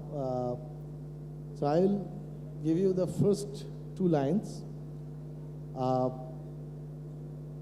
I still remember ये 2018 के जनवरी था जब अंकित अग्रवाल फूल के जो फाउंडर हैं वो मेरे ऑफिस में आए और बोले एकदम दीवार के डायलॉग के तरह कि मेरे पास आइडिया है, मेरे पास पैसा है, मेरे पास टेक्नोलॉजी है, लेकिन मेरे पास कोई इंफ्रास्ट्रक्चर नहीं है मुझे अपना प्रोडक्ट बनाने के लिए, तो मुझे इंक्यूबेशन चाहिए. तो IIT Kanpur acted very fast. तो अगले दिन से उनको इंक्यूबेशन मिल गया. ये पहला चीज़ जो आपको बता देना चाहिए. और आप में से किसी को पता है ये फूल का एडवर्टाइजमेंट कौन करते हैं, देखा है किसी ने? हाँ, तो उधर से आलिया भट्ट से एडवर्टाइजमेंट करवाने तक की जर्नी कैसे पूरी की गई, आप अगर उसके बारे में थोड़ा बताओ. नहीं, बंदोपाध्याय सर ने एक्चुअली अभी जो बोला वो एग्जैक्टली मतलब वर्ड टू वर्ड सही है. So Ankit is actually a computer science person. वो पुणे में पढ़े हुए हैं, वॉज वर्किंग विद सीमेंटेक. अच्छा खासा जॉब था, बट उनको कानपुर वापस आना था, नेटिव प्लेस है उनका, और यहाँ आके एक रेगुलर ट्रेडिशनल कुछ नहीं करना, इस सोच से वो यहाँ आए. उनको ये आइडिया कैसे पता चला फूल का प्रॉब्लम है, ये भी बड़ा फैसिनेटिंग है. तो जब वो सीमेंटेक में काम कर रहे थे तो उन्हें काफ़ी इंटरनेशनल प्लेटफॉर्म्स पे काम किया. उनका सर्कल काफ़ी बड़ा था है. तो ऐसे ही उनका एक दोस्त है चेक रिपब्लिक का, यूरोपियन दोस्त है, वो कानपुर आया हुआ था. ये तब तक शिफ्ट हो चुके थे, और ये दोनों ऐसे ही अभी कानपुर में मेन अट्रैक्शन तो यही है कि चलो गंगा किनारे जाते हैं, तुम्हें दिखाते हैं. तो अंकित उनको लेके गया था. आज वो हम सबका दोस्त है. We call him Yakub. He is like very much fascinated towards Indian culture. उसका इंस्टाग्राम हैंडल देखोगे तो वो आज योगी याकूब के नाम से उसने बना रखा है. He lives in India for almost half the year and he practices yoga a lot of places. तो वो लोग गए और मकर संक्रांति का दिन था, तो काफ़ी ज़्यादा वर्शिपिंग हो रही थी. मेरे को याद है, मैं ऑलमोस्ट 7 साल पहले कानपुर आया हूँ. मैं एमटेक ज्वाइन करने के लिए आया था. तब मैं महाराष्ट्र से बिलोंग करता हूँ. I am also from a small town called Ahmednagar, 100 kilometres from Pune. पहला अट्रैक्शन यही था कि गंगा जी को जाके देखते हैं. तो उस टाइम गंगा जी की हालत सच में बहुत ख़राब थी. मतलब पानी बिल्कुल बह नहीं रहा था, बहुत ज़्यादा, मतलब पानी का कलर काला, हीरा, हरा ऐसा कुछ था. ये सब पान और फूल सब तैर रहे थे, ऑल ऑफ दैट. तो वही सिचुएशन में उन लोगों ने उस टाइम गंगा जी देखी. और उस समय उनके सामने of course lot of people were taking dips, तो वो बंदे को ये सवाल आया कि यार इतना गंदा पानी है फिर भी लोग उसमें डिप लगा रहे हैं, ये क्या सिलसिला है। ऊपर से उनके सामने एक बहुत बड़ा ट्रॉली आया, उसमें पूरा फूल भरा हुआ था और उन्होंने वो पूरा पानी में डंप कर दिया। तो that thing triggered that guy, he asked a lot of questions to Ankit and that thing triggered Ankit, क्योंकि हम लोग तो बचपन से देखते आए तो हम लोगों को इसके बारे में कभी सवाल आता ही नहीं है, we never question our self. So that thing then वो स्टैटिस्टिक्स निकाला कि कितना फूल है, क्या प्रॉब्लम हो रहा है, वो सब चीज़ें, and that's when he decided कि इसके बारे में कुछ करना है। That gave him the idea, उसके बारे में उन्होंने काम करना शुरू किया। टेक्निकल सपोर्ट के लिए वो IIT आए। उस समय प्रोफेसर घटक है जो मेरे एमटेक के गाइड है, समाऊ वो लोग कांटेक्ट में आए हमारे लैब में, मतलब घटक सर ने मुझे पिक्चर में लाया कि इनको कुछ करना है, थोड़ा हेल्प कर दो। तो मैंने ऐसे ही मेरा प्रोजेक्ट संभालते संभालते थोड़ा बहुत मदद कर लिया, तो हम लोगों को होप्स दिखने लगे कि अरे इससे कुछ बन रहा है। That's when Ankit approach Bandopadhyay sir, the rest is history. Bandopadhyay sir का बहुत बड़ा क्रेडिट है इसमें, he was heading SIIC that time. इन्होंने बहुत फास्ट एक्शन लेके हम लोगों को लैब अवेलेबल करके दिया। By that time I was yet to complete my masters, तो मैं फुल की रिस्पॉन्सिबिलिटी नहीं ले सकता था उस टाइम एज अ रिसर्चर भी। मतलब बंदोपाध्याय सर ने ऐसा नहीं कि सिर्फ इंस्टीट्यूशनल लेवल पे हेल्प किया है, पर्सनल लेवल पे भी उन्होंने इतना हेल्प किया है। तो ही ऑफर्ड, उनके जस्ट ग्रेजुएट होने वाला पर्सन था Sandeep, he is part of our team since last 5 years, तो he is the first scientist full had.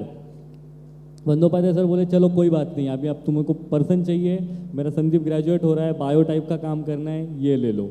तो संदीप ज्वाइन, हमने ये सब इंटरव्यू वगैरह यहाँ पे कैंटीन वगैरह में बैठ के किया, and then we got the lab, the journey started. फिर मेरा ग्रेजुएशन ख़त्म हो गया, आई ज्वाइंड फुल टाइम।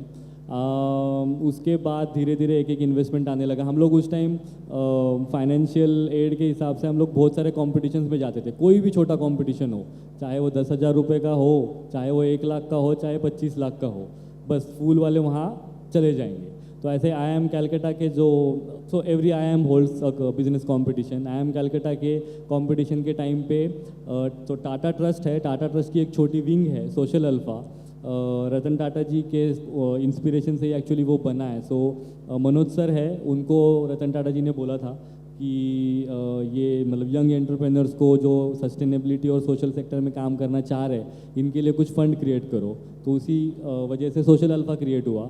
तो हम लोगों को मनोज सर ने वहाँ स्पॉट किया, they approach and they like कि नहीं मुझे इसमें इन्वेस्ट करना है। So that's how Tata trust come on board. हमें थोड़ा फाइनेंशियल एड मिल गया, रिसर्च और फास्ट आगे बढ़ा। Then there is a DRK foundation, रैपर्ड Richard Kaplan, similar to Bill and Melinda Gates foundation. They generally invest in African countries more. We were among the very first investment of them in India. उन्होंने थोड़ा funding दिया, research went further. Then जैसे हमने ये sustainable alternative to styrofoam बनाया, उसका थोड़ा news वगैरह हुआ। ऑफ कोर्स मीडिया के रिलेटेड भी we got a lot of support from SIIC and IIT Kanpur. यहाँ पे होना इज़ अ प्रेस्टिजियस थिंग, मतलब ज़्यादा बताना नहीं पड़ता है, we are IIT Kanpur incubated company, that's it. So उसके बाद we got some pilot opportunities from some big brands who wanted to change their packaging. तो वो पायलट्स हुए। ऑफ कोर्स हम अभी उस प्रोडक्ट को स्केल नहीं कर पाए क्योंकि बीच में कोविड हुआ। ड्यूरिंग कोविड टाइम ऑल्सो 1-2 महीने तक तो सब कैंपस ही बंद था, तो हम लोगों को बंद रहना पड़ा, यहाँ पे हम आ नहीं पा रहे थे। Again Bandopadhyay sir should support for us. Hardly 1-1.5 महीना बंद रखने के बाद उन्होंने कुछ ना कुछ जुगाड़ करके हम लोगों को परमिट दे दिया कि नहीं आके काम शुरू कर दो। सो कोई नहीं, उस टाइम सिर्फ मैं और संदीप कैंपस में रहते थे। The campus was fully vacant, but we kept working. By that time हम लोगों को ये जो लेदर अल्टरनेटिव का आइडिया है वो एक मतलब काम करते करते मिला। ऐसा नहीं कि सब आइडियाज़ पहले से आए थे। Started with the small thing like अगरबत्ती, कंपेरेटिवली स्मॉल, आज हमको वो स्मॉल लगती है, उस टाइम बहुत बड़ी लग रही थी। उसके बाद पैकेजिंग का आइडिया। अब पैकेजिंग का मतलब सिंपली थोड़ा सा साइंस बताऊं तो we mix one particular microbial culture and फूल। तो वो microbe grows and the flowers और any agricultural waste you can take and you can shape it in whatever form you want. अब वो जो माइक्रोब की आउटर लेयर बनती थी उसका टच फील करके हम लोगों को ऐसे लगा कि यार ये फैमिलियर टच है।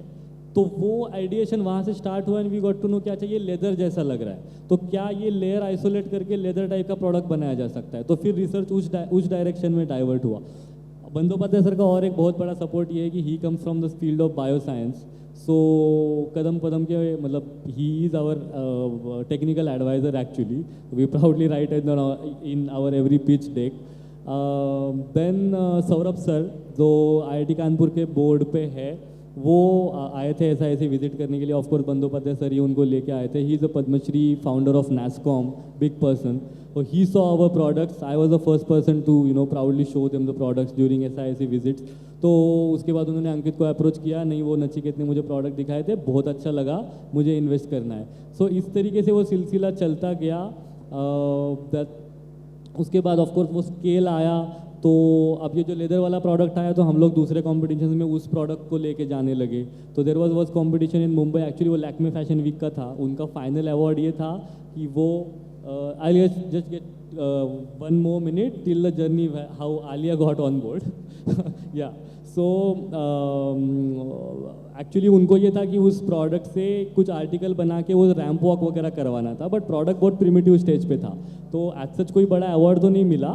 बट उस टाइम पे पीटा नोटिस्ड अस, सो पीटा गॉट ऑन बोर्ड कि नहीं इसके लिए काम कर रहे हो, बहुत अच्छा है, you have our support, so what are your other products. तो we showed us there are range of incense, all the not just incense, we have gift boxes and everything. So they did the gifting that year. और पीटा का circle पूरा celebrity circle है, तो वो सब बड़े बड़े सेलिब्रिटीज़ के पास हमारे प्रोडक्ट्स गए। एक बार होली के टाइम भी गए, दिवाली के टाइम भी गए। तो I think that's how Alia received the product. She did a little more study on that, what is the company, what they are doing. She also liked the aspect of we trying to provide livelihood to the women flower cycler part, and that's who she approached, and she's like, I want to be part of it, so she came on board.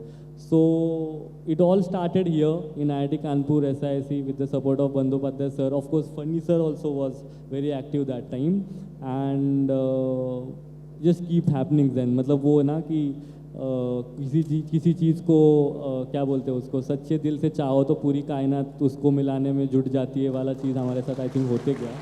And या but the drive was very strong to do something about environment. Thank you Nachiket.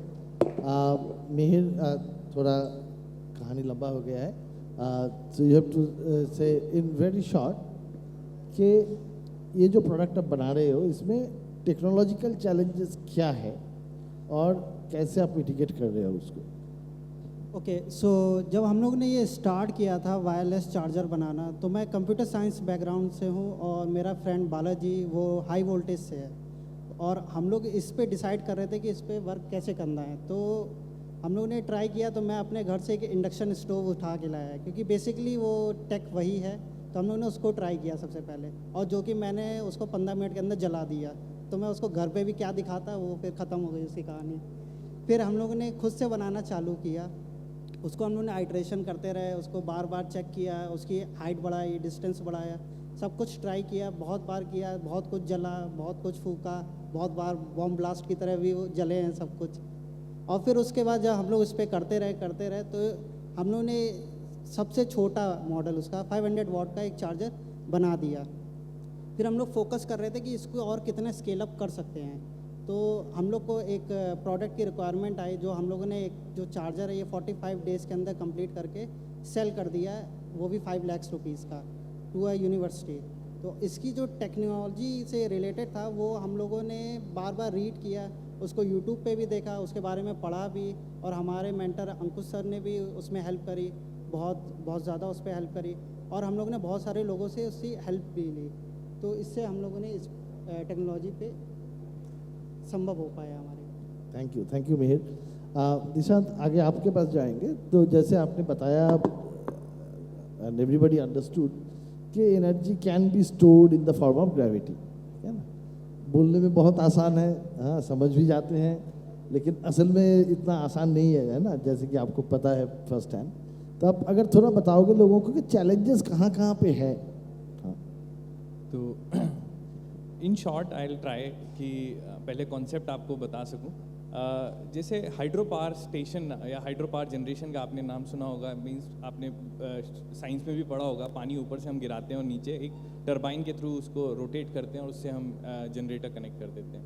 तो ये half cycle है, आधा काम जो है प्रकृति खुद कर देता है, पानी को ऊपर ले जाके पहाड़ों में जमाने का काम प्रकृति खुद कर लेती है, हम इस पूरी साइकिल को रिपीट कर रहे हैं यहाँ पर, दोनों साइकिल्स, यानी कि नीचे से ऊपर ले जाना। यहाँ पे हम पानी का प्रयोग नहीं कर रहे हैं, यहाँ पे हम सैंड का प्रयोग कर रहे हैं। पानी जो है वो स्टोर करने के लिए बहुत बड़े रिजर्वायर बनाने पड़ते हैं, और पानी को स्टोर करना, पानी के एवापोरेशन लॉसेस होते हैं। ये सारी परेशानियों से बचने के लिए ग्रेविटी स्टोरेज जिस फॉर्म में हम बना रहे हैं वो ड्राई सैंड यूज़ करती है। उससे कॉस्ट बहुत कम, टिकट साइज़ बोलते हैं उसको, यानी कि जिस साइज़ में हम वाइबल हो जाएंगे। पम्प्ड हाइड्रो 5000 करोड़ के साइज़ में जाके वो आपको वो बिजली जो है जिस रेट पे चाहिए उस रेट पे मिल पाती है। बट हम यही काम 30 करोड़ पे करने की संभावना, बहुत प्रबल संभावना रखते हैं, और हमारा पहला प्लांट जो है we are working on that which is around 30 crore. This is one thing.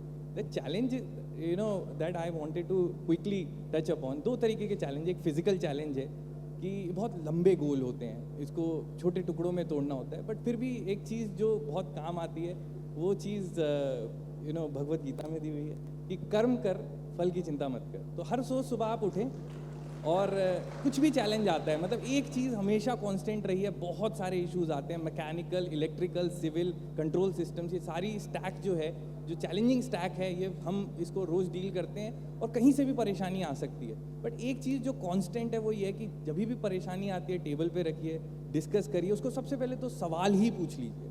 मेरा मानना ये है कि असलियत में अगर आप सही सवाल पूछ पा रहे हैं तो रिसर्च की सबसे बड़ी लड़ाई हुई वही है कि आप सही सवाल ढूंढ पा रहे हैं, अपने विषय को सही से एड्रेस कर पा रहे हैं। So this is one part of the problem which is physical in nature, कि आप अपना, which is mental in nature, आप अपना जो ध्येय है उसके ऊपर। दूसरा है आइट्रेशंस, जो मिहिर ने जिसका जिक्र किया। आइट्रेशंस मतलब रिपीट कर पाना, एक चीज़ को इस तरीके से करना, इसको इस तरीके से करना, इसको इस तरीके से करना। रिसर्च में ये भी बहुत बड़ा चैलेंज होता है, जब आपके पास लिमिटेड फंड होता है, लिमिटेड मैन पावर होती है, तो आप उसको चाहते हैं कि आइट्रेशंस, यानी कि एक दिशा में जा सकते हैं, दूसरे में जा सकते हैं, तीसरे में जा सकते हैं, बट रिसर्च में 1500 दिशाएं आपके सामने एक बार में प्रस्तुत होती हैं। अब आप उनमें से कितने 2 या 3, 4 का चुनाव कर पाएँ, तो बहुत धैर्य चाहिए होता है, और कोशिश ये करनी होती है कि आप कहीं ना कहीं एक स्ट्रैटेजी अपनाएं, और वो शायद एक्सपीरियंस से आती है। तो ये हार्डवेयर में काम करने के इस तरीके के जो चैलेंजेस हैं, और इसके टेम्पलेट बहुत पीछे से अवेलेबल है हमारे पास। ये जो हमारी जो पहली जो मतलब जो शुरुआत हुई है 150 साल की, जो हमारा इतिहास अगर एकेडमिक में लूँ या उससे पहले से भी मैं लूँ, तो ये टेम्पलेट्स पहले से अवेलेबल हैं। बट जितनी लेगेसी है उतने ही चैलेंज भी ज़्यादा हैं उस तरीके के। But it all page of when you continuously work on your you know ये ऑब्जेक्टिव आप क्लियरली डिफाइन कर लें और बस टिके रहें।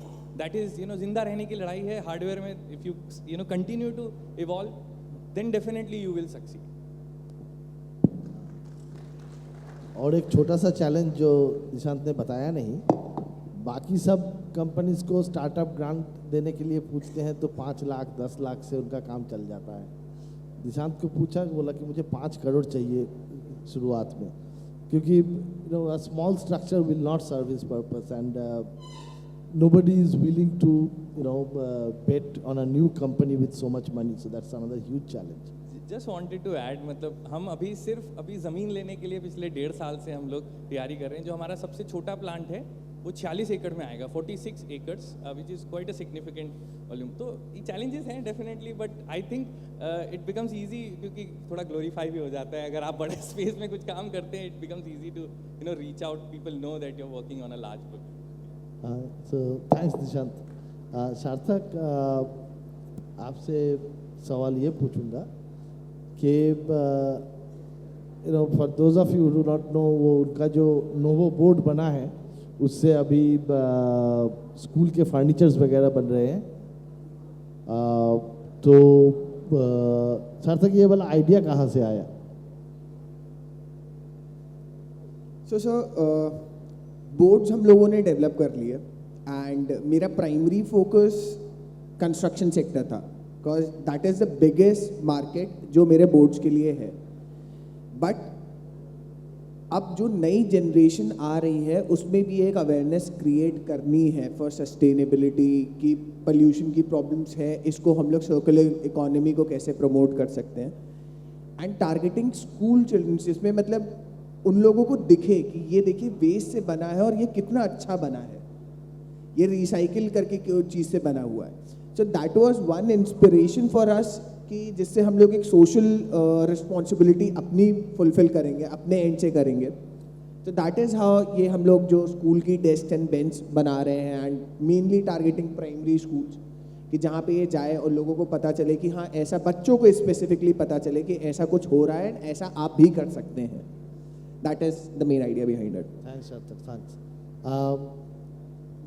अक्षय, लास्ट क्वेश्चन, वो रामकुमार सर मुझे टाइम दिखा रहे हैं।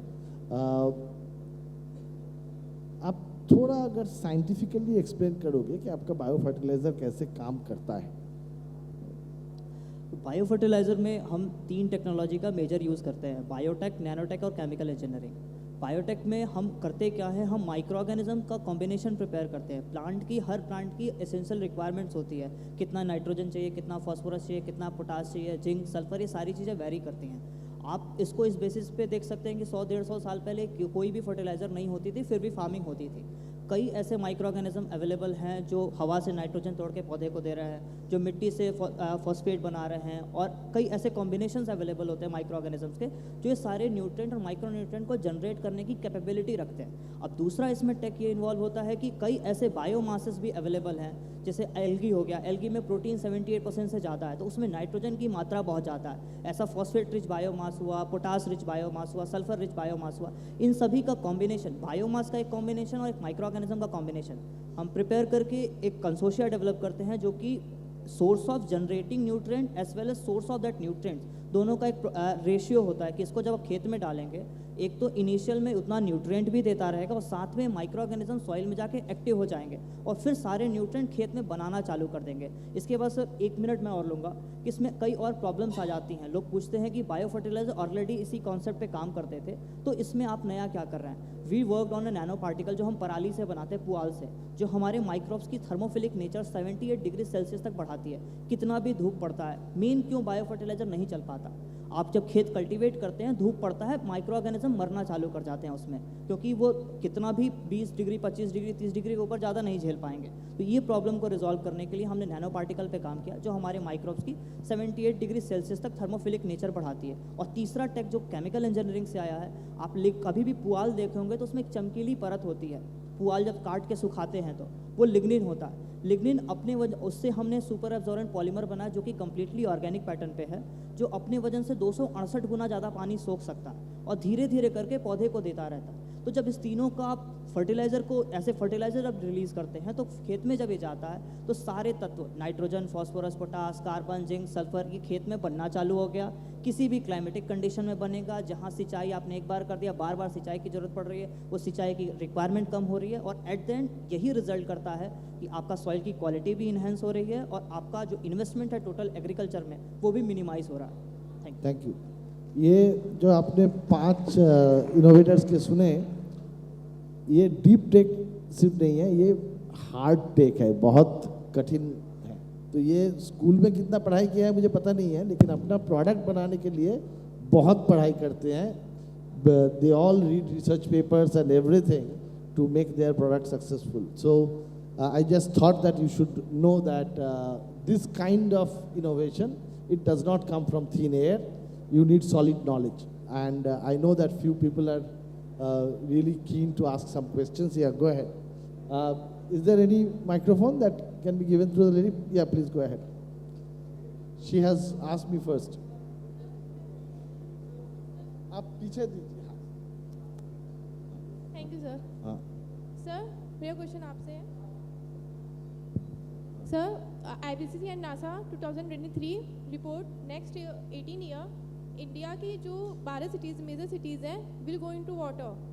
तो आज की day by day global warming इतनी इंक्रीज कर रही है कि so how we can achieve sustainable development goal, मतलब ग्लोबल वार्मिंग इंक्रीजिंग से हम इसको कैसे पा सकते हैं सस्टेनेबल डेवलपमेंट गोल को? I think Professor Sudarshan is the right person. Next 18 year goal order. I think Professor Sudarshan is the right person to answer that. Okay, sir. Thank you. वैसे भी it's not a very easy question to answer, क्योंकि ये इससे आपको भी पता चलता है कि ये जो प्रॉब्लम है वो अभी की है। अभी ऐसा नहीं है कि हम टाल सकते हैं।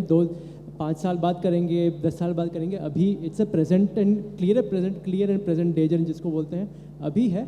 और जितना हो सके जो भी टेक्नोलॉजीज़ हैं हमें अपनाना पड़ेगा ही। और मतलब ऐसे बोलते हैं कि चैरिटी बिगिंस एट होम, मतलब जो भी हम करते हैं घर से शुरुआत करते हैं। सस्टेनेबिलिटी भी ऐसे ही है, जितना हो सके हम भी अपना जो चीज़ हम इस्तेमाल करते हैं हम उसको भी घटा सकते हैं, जिससे प्रदूषण फैलाए, जो भी पदार्थ प्रदूषण फैलाए उसको भी हम जितना हो सके कम कर सकते हैं। तो रिड्यूस, रीयूज़, रिसाइकल, ये सब 3 R's जो है इसके ऊपर भी, और देयर आर टोटली 10 R's इसके ऊपर हम बात कर सकते हैं। तो there are ways to do it, but we have to tackle it right now. हाँ, yeah front row. Hello sir. Hello sir. I'll come to you next. Okay, sir. Sir, good evening. So my question is from Dishan sir. आपने अभी बोला था कि कर्म कर और फल की चिंता मत कर, पर सर अगर हम बात करें कि हम एक मिडिल क्लास इंसान की बात कर रहे हैं, तो कहीं ना कहीं हम रिटर्न ऑन इन्वेस्टमेंट की बात करते हैं कि रिटर्न हमें क्या मिलेगा। तो सर आप कैसे बोल सकते हैं ये चीज़ कि कर्म कर और फल की चिंता मत कर? सर मिडिल क्लास वालों से पूछिए कि एक एंटरप्रेन्योर की तरह बाहर आना बहुत मुश्किल होता है किसी के लिए भी। इसका जवाब मैं देता हूँ। I do not know your name, this you can take from me on my personal guarantee.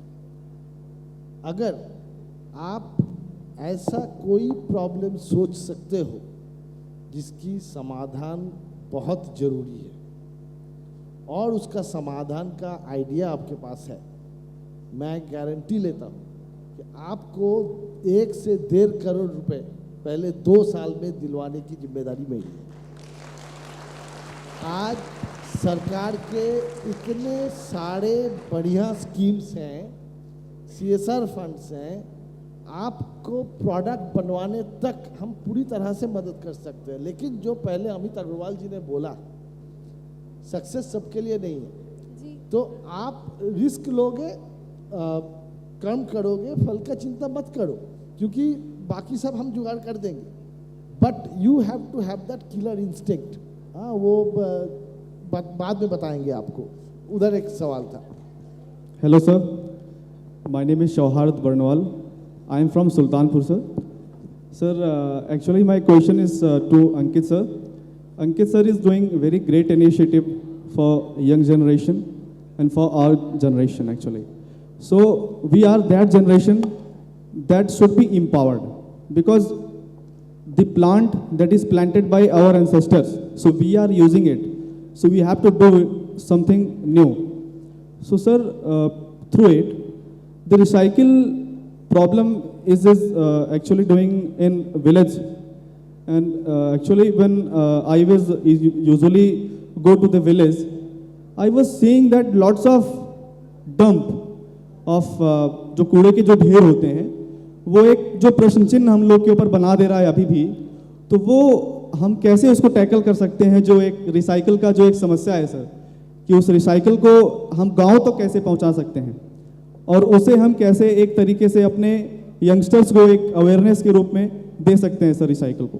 Thank you sir. ये लास्ट क्वेश्चन है, आपके पास 30 सेकंड है जवाब देने का। Okay, we can always follow the licensing model here is what I can think of. For example, in the manufacturing of Flora foam, we are thinking of this model only. Packaging का bulk बहुत बड़ा है, the requirement, industry requirement is too huge, वो हम अपने and पे तब से ऐसे भी मैन्युफैक्चर नहीं कर पाएंगे। We have patent the technology, we will license it out. तो हर जगह छोटे छोटे प्लांट डाले जा सकते हैं और वहाँ का लोकल जो कूड़ा है, मैं बाकी प्लास्टिक वेस्ट वगैरह के बारे में अभी बात नहीं कर पाता हूँ, बट जो एग्री वेस्ट है वो आप ज़रूर ऐसे प्रोडक्ट मैन्युफैक्चरिंग में यूज़ कर सकते हैं। तो या licensing the technology and setting up small plants is the answer for that. नमस्ते सर, मेरा एक क्वेश्चन है प्लीज़ आपसे। एक्चुअली मैं कानपुर देहात से हूँ, जहाँ की 60% से ज़्यादा आबादी कृषि करती है और industry 4.2 basically technology and artificial intelligence पे निर्भर कर रहा है, जो मेरा ये ओपिनियन अभी तक रहा। मैं एग्रीकल्चर बैकग्राउंड से आने के साथ साथ मैं ये जानना चाहती हूँ कि artificial intelligence and technologies are in high much in cost. In such case, farmers are how can afford these things, and जिन चीज़ों पे हमने कभी ध्यान ही नहीं दिया फार्मर्स की, उन प्रॉब्लम्स को हम कैसे सॉल्व आउट कर सकते हैं? Because we are farming country, हम इमर्स कर रहे हैं एक डेवलपिंग कंट्री के तौर पर हम एक फार्मिंग कंट्री की पहचान को नहीं हटा सकते। तो ये चीपेस्ट कॉस्ट को अवेलेबल कराने के लिए कैसे हेल्पफुल है? Because artificial intelligence and both technologies are in high cost. नहीं, Thank you, आप जो सोच रहे हो ऐसा नहीं है। जैसे मैं आपको बताता हूँ कि IIT कानपुर का एक टेक्नोलॉजी है भू परीक्षक, उसमें आर्टिफिशियल इंटेलिजेंस यूज़ होता है आपके सॉइल हेल्थ टेस्टिंग के लिए। IIT कानपुर का एक दूसरा टेक्नोलॉजी है जो मॉइस्चर सेंस करते हैं और क्रॉप डेटा को इंटीग्रेट करके आपको सही किस्म के इरिगेशन के बारे में जानकारी देते हैं। वो 10 रुपए का है। ऐसा नहीं है कि वो एक्सपेंसिव है, जानकारी रखना ज़रूरी है। अब जानकारी रखने के लिए जो हमारे आउटरीच प्रोग्राम्स होते हैं उस पर आप हिस्सा ले सकते हो, आपको पता चलेगा, फिर आप कर सकते हो। लेकिन उधर मैम खड़ी हो गई है। हाँ, लास्ट क्वेश्चन। सर मेरा क्वेश्चन मिहिर सर से है। सर मैं इतना पूछना चाहूँगी, सर ने बोला जो इलेक्ट्रिकल व्हीकल्स हैं, तो सर जो मिडिल क्लास है वो इस व्हीकल का कैसे उपयोग कर सकते हैं? क्योंकि वो व्हीकल्स तो बहुत कॉस्टली है, सर ने बोला बहुत महंगे हैं, तो सर उसका मिडिल क्लास कैसे यूज़ कर सकते हैं? वो आज आपको महंगा लग रहा है, 2 साल बाद उसका प्राइस कम हो जाएगा। वो जैसे सेल्स बढ़ेगा प्राइस कम हो जाएगा। Okay sir, thank you. ठीक है। Thank you, everyone. I must thank all our panelists for a very lively panel discussion. Thank you. I express my gratitude to all the panelists for their valuable contributions. The discussion was highly informative and we have our takeaways. Thank you once again for your valuable insights. I would now request Professor Amitabh Bandyopadhyay to kindly felicitate the panelists. Mr. Akshay Srivastav.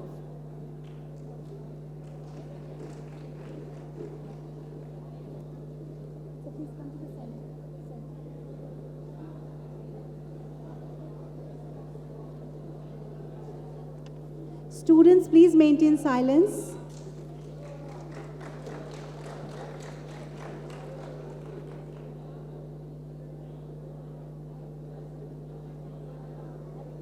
Mr. Sarthak Gupta.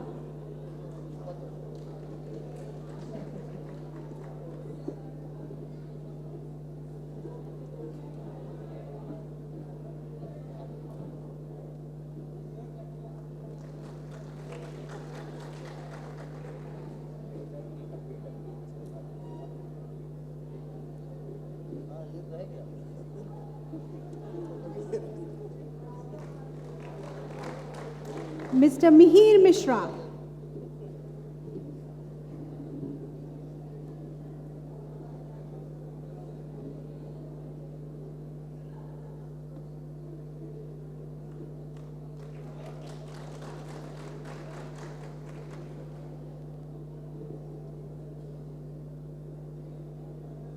Mr. Dishant Mishra.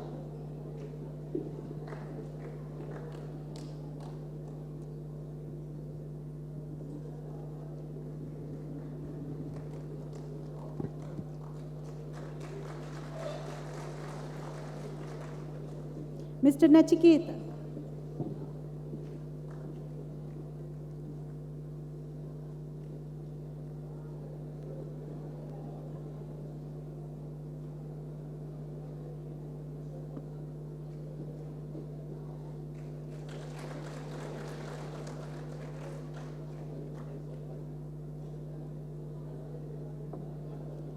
Professor Sudarshan.